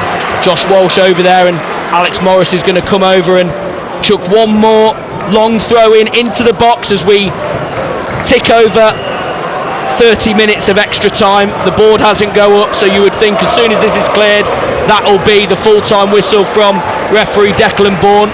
Alex Morris lines up a long throw. It's towards Williams. He gets his head on it. It's awkward for Reading, but one little touch and the ball is collected by the keeper, David Button. And that is it for Harborough Town's historic and memorable FA Cup journey this season. They have been undone by League One Reading, but my word, they have done themselves proud. This FA Cup journey started with a 0-0 draw at home to Darlaston in the first qualifying round. They had to come from 2-0 down at half-time to win that game 3-2, thanks to a Ben Stevens penalty in the 97th minute. They then went on to beat Stourbridge by 4-2 in the second qualifying round before beating Leamington and Bury with 1-0 wins in the third and fourth qualifying round. They made history simply by reaching the first round against Tunbridge Angels and got a memorable 4-1 win with goals from Paul Malone, Ben Stevens twice and Dan Forbes. They were rewarded with a trip here to Reading, a team 105 league places above them in the footballing pyramid, and they have competed, they have taken them to extra time. Freddie Robinson got them on the way. The 18th minute header feels a lifetime ago now. They were leading for just 2 minutes before Mamadi Kamara got an equaliser, a deflected equaliser for Reading. But that didn't deflate Harborough Town, no, because 2 minutes after that they were ahead again. This time a long throw from Dan Cooper, headed on twice. Paul Malone's header falling to the feet of Riley O'Sullivan, who finished well with his left foot. They were leading by 2-1 at the break. Reading clearly sensed the danger. They brought on Charlie Savage at the break, who made a real difference, scoring with a lovely left-footed finish on the 59th minute. Adrian Akande then put Reading ahead 3-2, but potentially a game-changing moment. Abraham Kanu sent off for a foul on Ben Starkey, who'd done really well to get in and win possession. Second yellow card meant that Reading faced the rest of the game with just 10 men. Harborough Town took advantage, and a goal from Kai Tong in the 86th minute. Delirium in the away end for the Bees fans as they earned extra time. It would have been in previous seasons a replay at the Beehive on Tuesday night. They had to make do though with extra time, and in the end the extra legs, the fitness of the League One opposition, and some real quality from the Wolves loanee Campbell. A couple of goals for him in extra time, decisive in the end, and Reading have won this one by 5-3. The Harborough Town players and staff are down in front of the fans. They have done them proud, not just today but with this entire FA Cup run. All 3,206 of them will have had a great day out here, but their dream FA Cup run comes to an end. It finishes Reading 5, Harborough Town 3. The closing thoughts of Andy Sparrow. Proud, one word. Just proud to be able to call myself part of this club, to be able to, over the last 6 to 8 weeks, been the public voice on this radio, to help document what has been just a magical journey in the FA Cup. And you look at these scenes with the players on the pitch, with the fans that have supported them the whole way this time, and yeah, just proud. That's all I can say really. And I hope that no matter what the result is, and I know that the players will be disappointed that they've not, they go into extra time and you think, is there a chance? And they come away being beaten 5-3, but every single one of them should hang their head high, because it was a superb performance from front to back, and every member of that team should go home this afternoon, go back up the M4 this afternoon, and really reflect back on what a magical experience this has been. Well, proud has to be the word as the Harborough players embrace the yellow wall, we've called them, behind the goal here after a 5-3 defeat against Reading. This is their 7th game of this year's FA Cup. To get to this stage, it's the highest opposition they played in League One, Reading. In the end, a few tired legs after extra time, and Chem Campbell punished them with 2 goals just after. 5-3 it ends. It also ends Harborough's FA Cup journey. Nearly every Reading fan has left the stadium. Most of the Harborough fans remain here to clap and applaud every single one of the players and staff. A picture a moment ago as Mitch Austin stood in the D and just embraced the crowd, just watched on as the players headed towards the away end. The Brazil flags are flying, the Harborough flags are flying, and scarves, and the chants continue. What a historic journey, but it comes to an end here in Berkshire. We do have some other sport going on today though. I did mention a double header. Of course, Leicester Tigers are in Premiership action this afternoon against Sale, currently behind in the second half. That one's well underway.